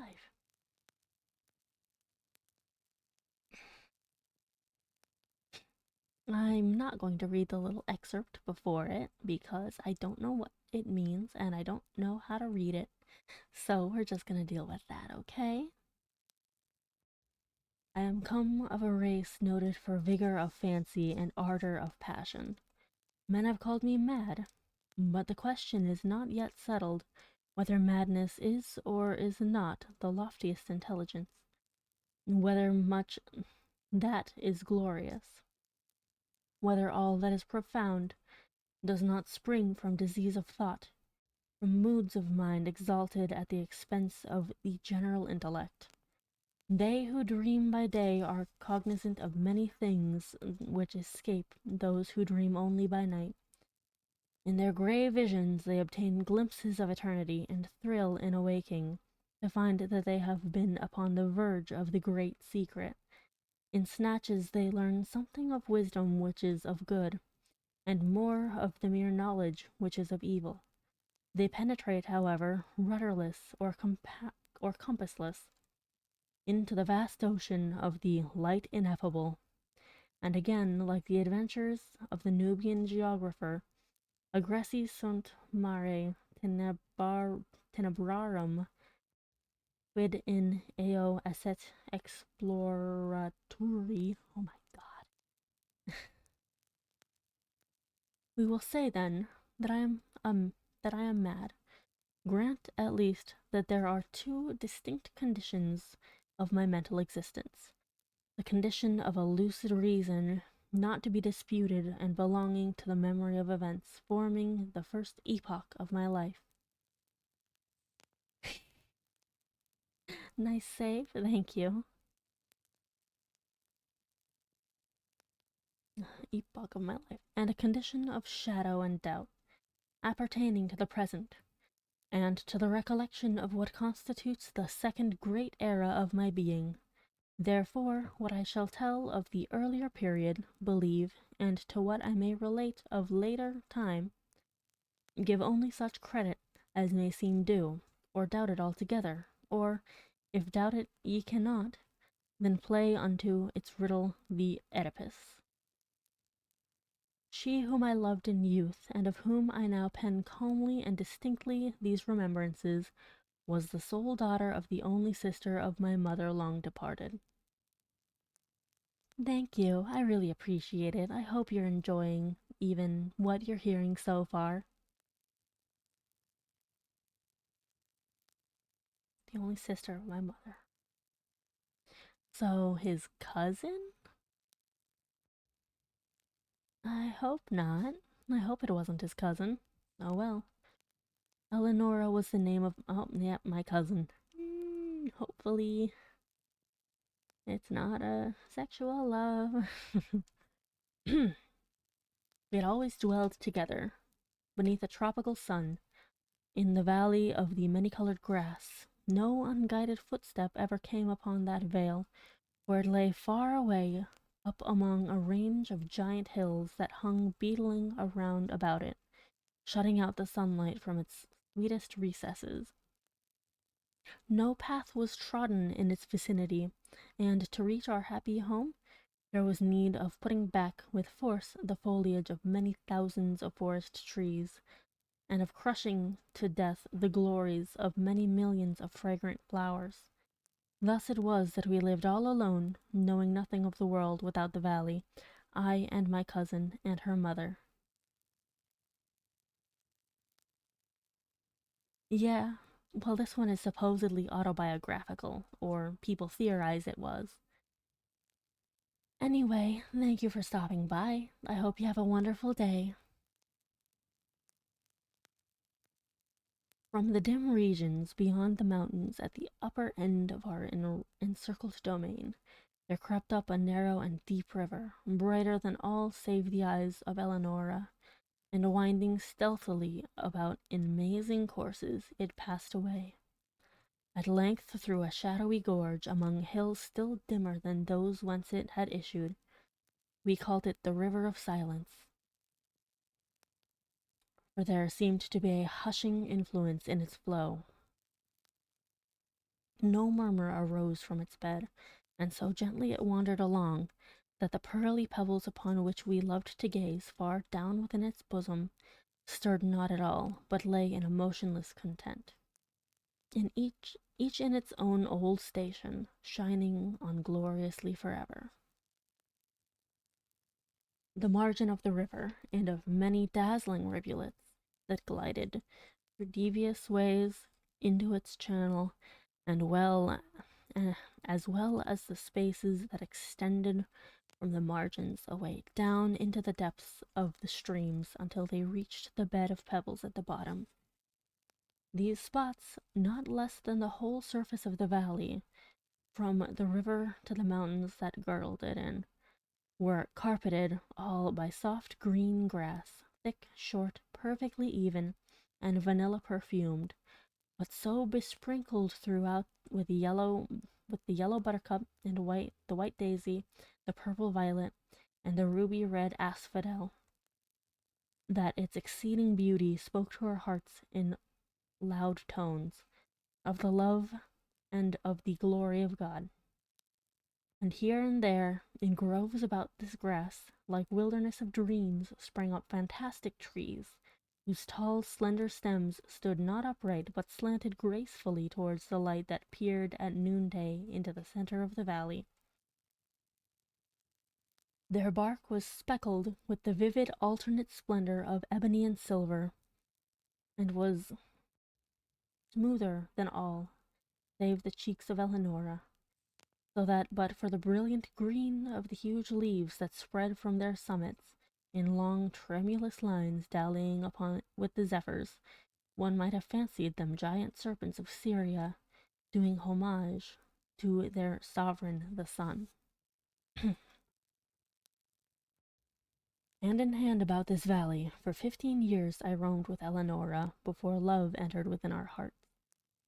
It was one evening, at the close of the third lustrum of her life, and of the fourth of my own, that we sat, locked in each other's embrace, beneath the serpent-like trees, and looked down within the waters of the river of silence at our images therein.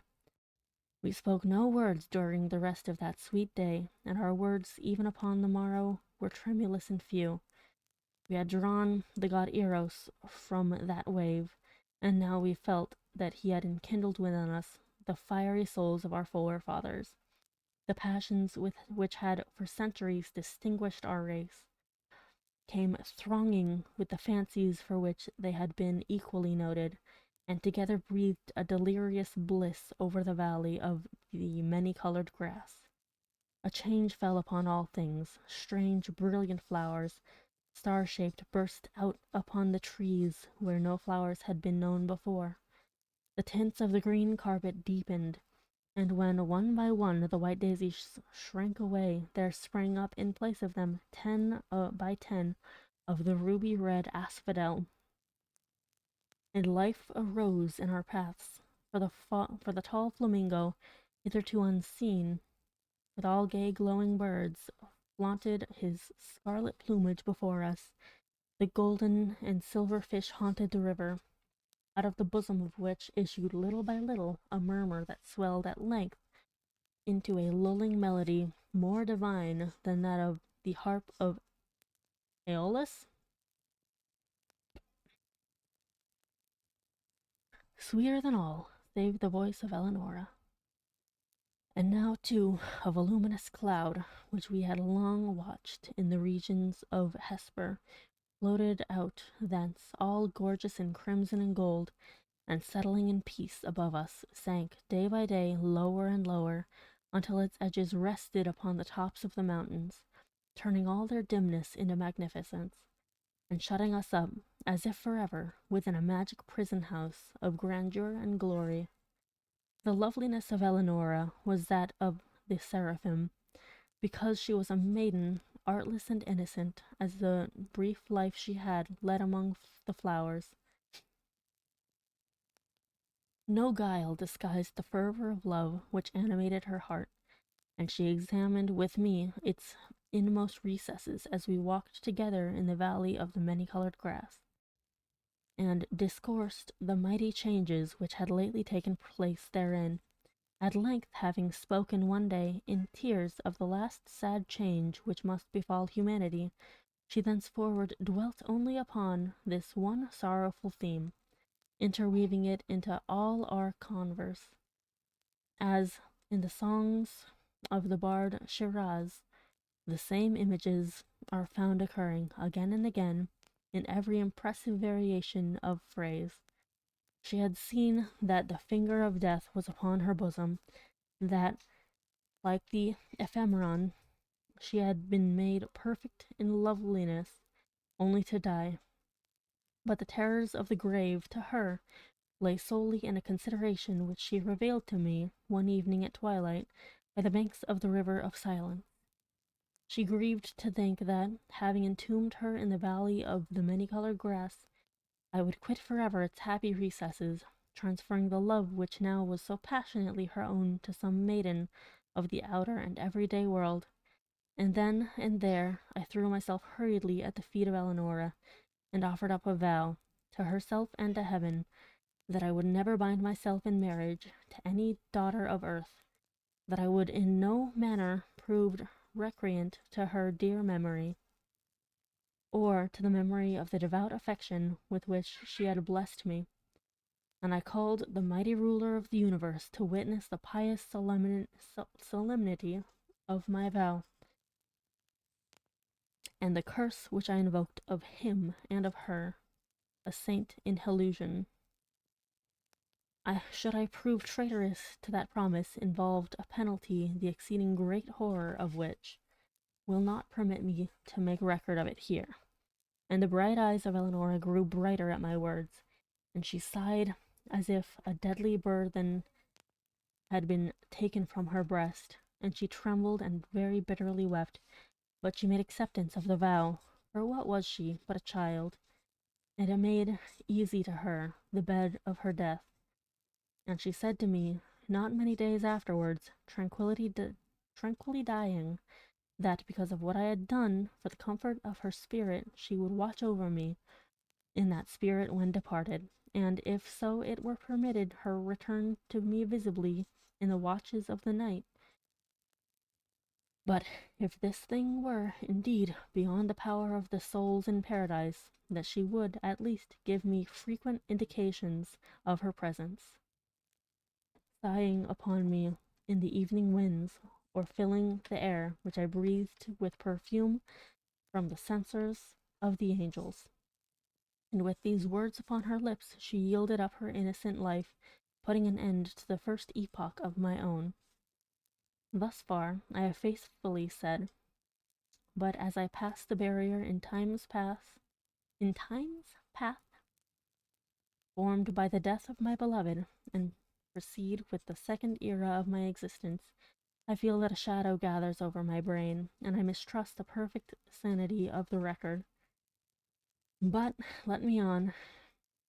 Years drag themselves along heavily, and I still dwelled within the valley of the many-colored grass, But a second change had come upon all things.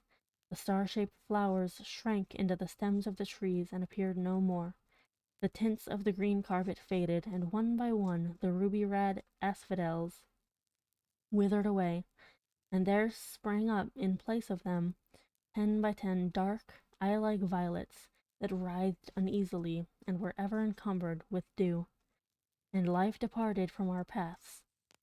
For the tall flamingo flaunted no longer his scarlet plumage before us, but flew sadly from the vale into the hills with all the gay glowing birds that had arrived in his company, and the golden and silver fish swam down through the gorge at the lower end of our domain, and bedecked the sweet river never again.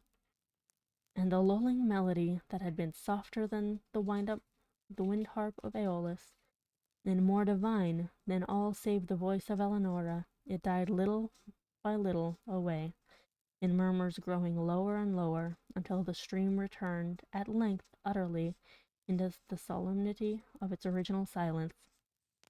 And then, lastly, the voluminous cloud uprose, and, abandoning the tops of the mountains to the dimness of old, fell back into the regions of Hesper, and took away all its manifold golden and gorgeous glories from the valley of the many-colored grass.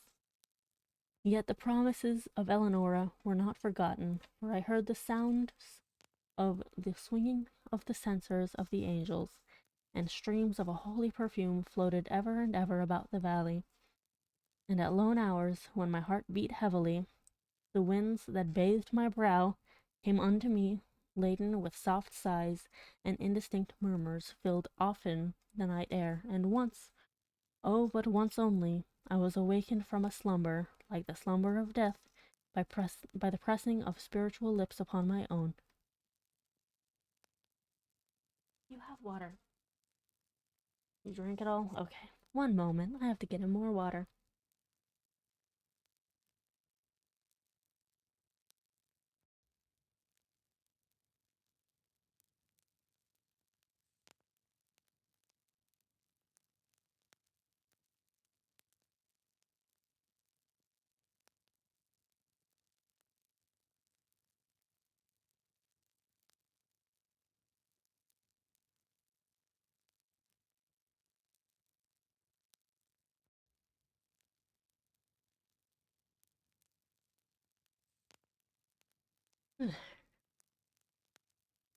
And one moment, it appears I need to make a quick phone call.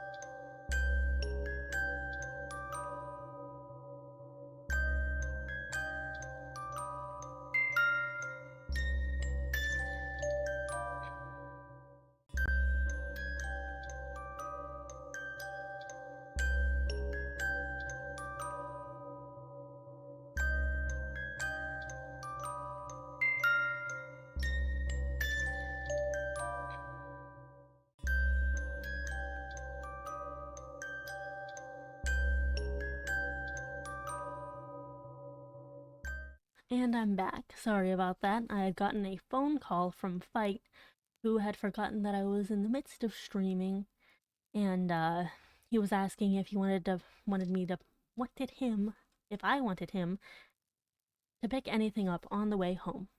And so I called him back just to make sure that he had that information. Uh, this is a little bit of a disturbing story, but it's also kind of innocent. I mean, they were kids, and stupid children are stupid.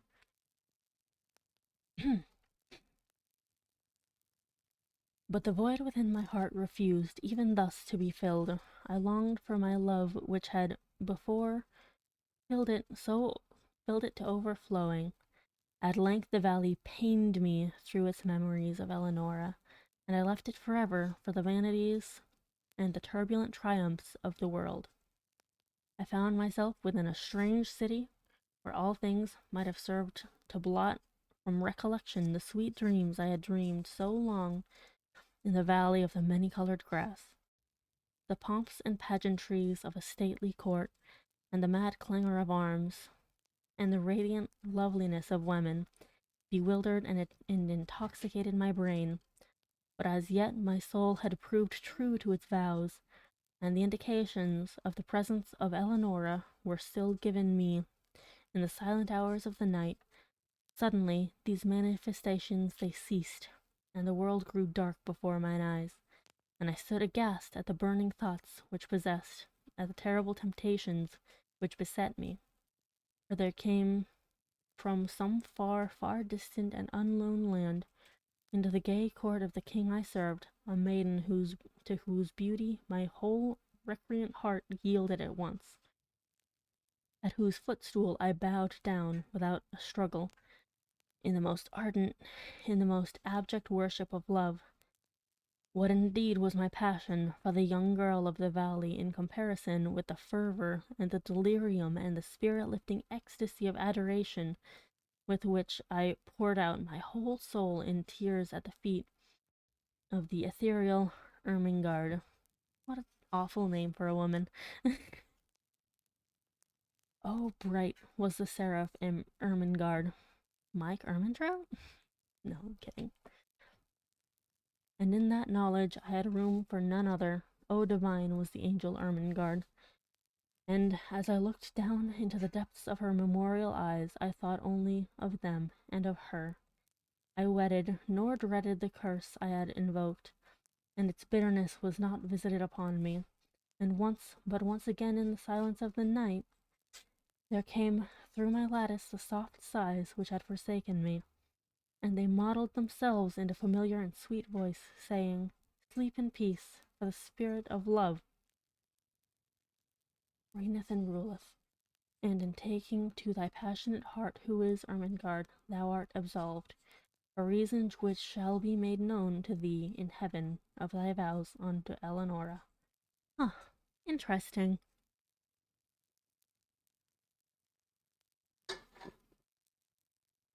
That's a fascinating little tale of uh slight incestiness that I didn't really like, but I get the basic principle of it. Like a young love that, you find out she's gonna die, or, she does die, and you make this crazy vow to, like, always hold her in your heart and never move on because you're young and stupid. And then eventually finding someone that you do love later on and feeling a bit of guilt.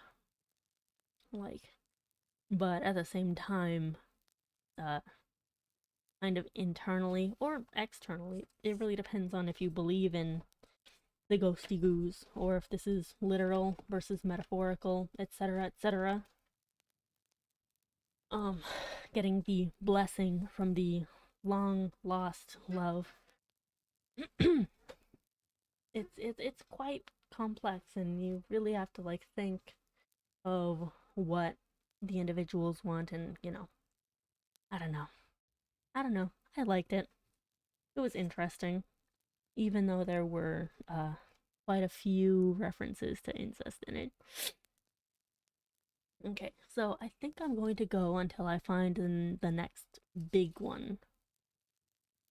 So, The Mask of the Red Death is fairly short, I'm pretty sure. Yeah. And then The Pit and the Pendulum. We'll see. We will see. How long is it? Quite long. Quite long indeed. So, we'll see what time it is at the end of The Mask of the Red Death.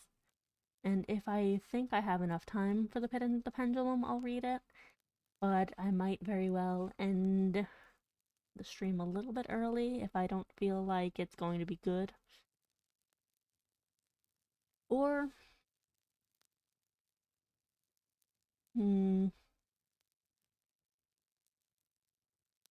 now my question actually is, should I save these specific tales for next week so that I can utter them with my full strength and my full, love of this author? I think I might, partially because I have been feeling a little bit under the weather, and I can really feel it in my voice, I can feel it in my nose. And yeah, I think I'm going to actually end it just just to tantalize you with The Mask of the Red Death and The Pit and the Pendulum and The Gold Bug for next time.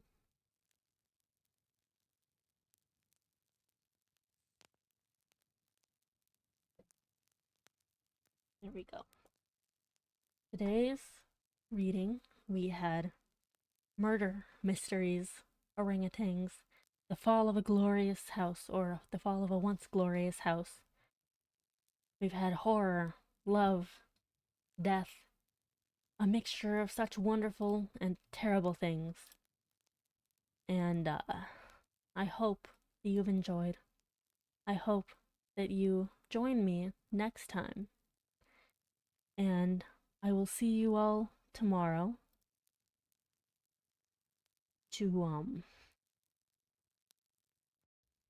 sorry. I'm looking at people we can raid. I'll see you tomorrow with some Witcher 3. I will potentially do a little bit of playing today. No, I won't do it. A little bit of playing today because everything that I have to do is in the next area. For now, we are going to be raiding Frost Viper, another VTuber that has actually shown me that he's very mature in the face of some complicated social circumstances. We're going to raid him, and I hope you enjoy. I hope that you enjoy the game he's playing. I've never seen this game. And I hope to see you tomorrow, and next week, and for, all of my streams. I hope you have a lovely day. We're going to be raiding in 10 seconds. Be sure to share the love, and support, and care. And I do hope all of you have a wonderful day. Have a good one. Goodbye.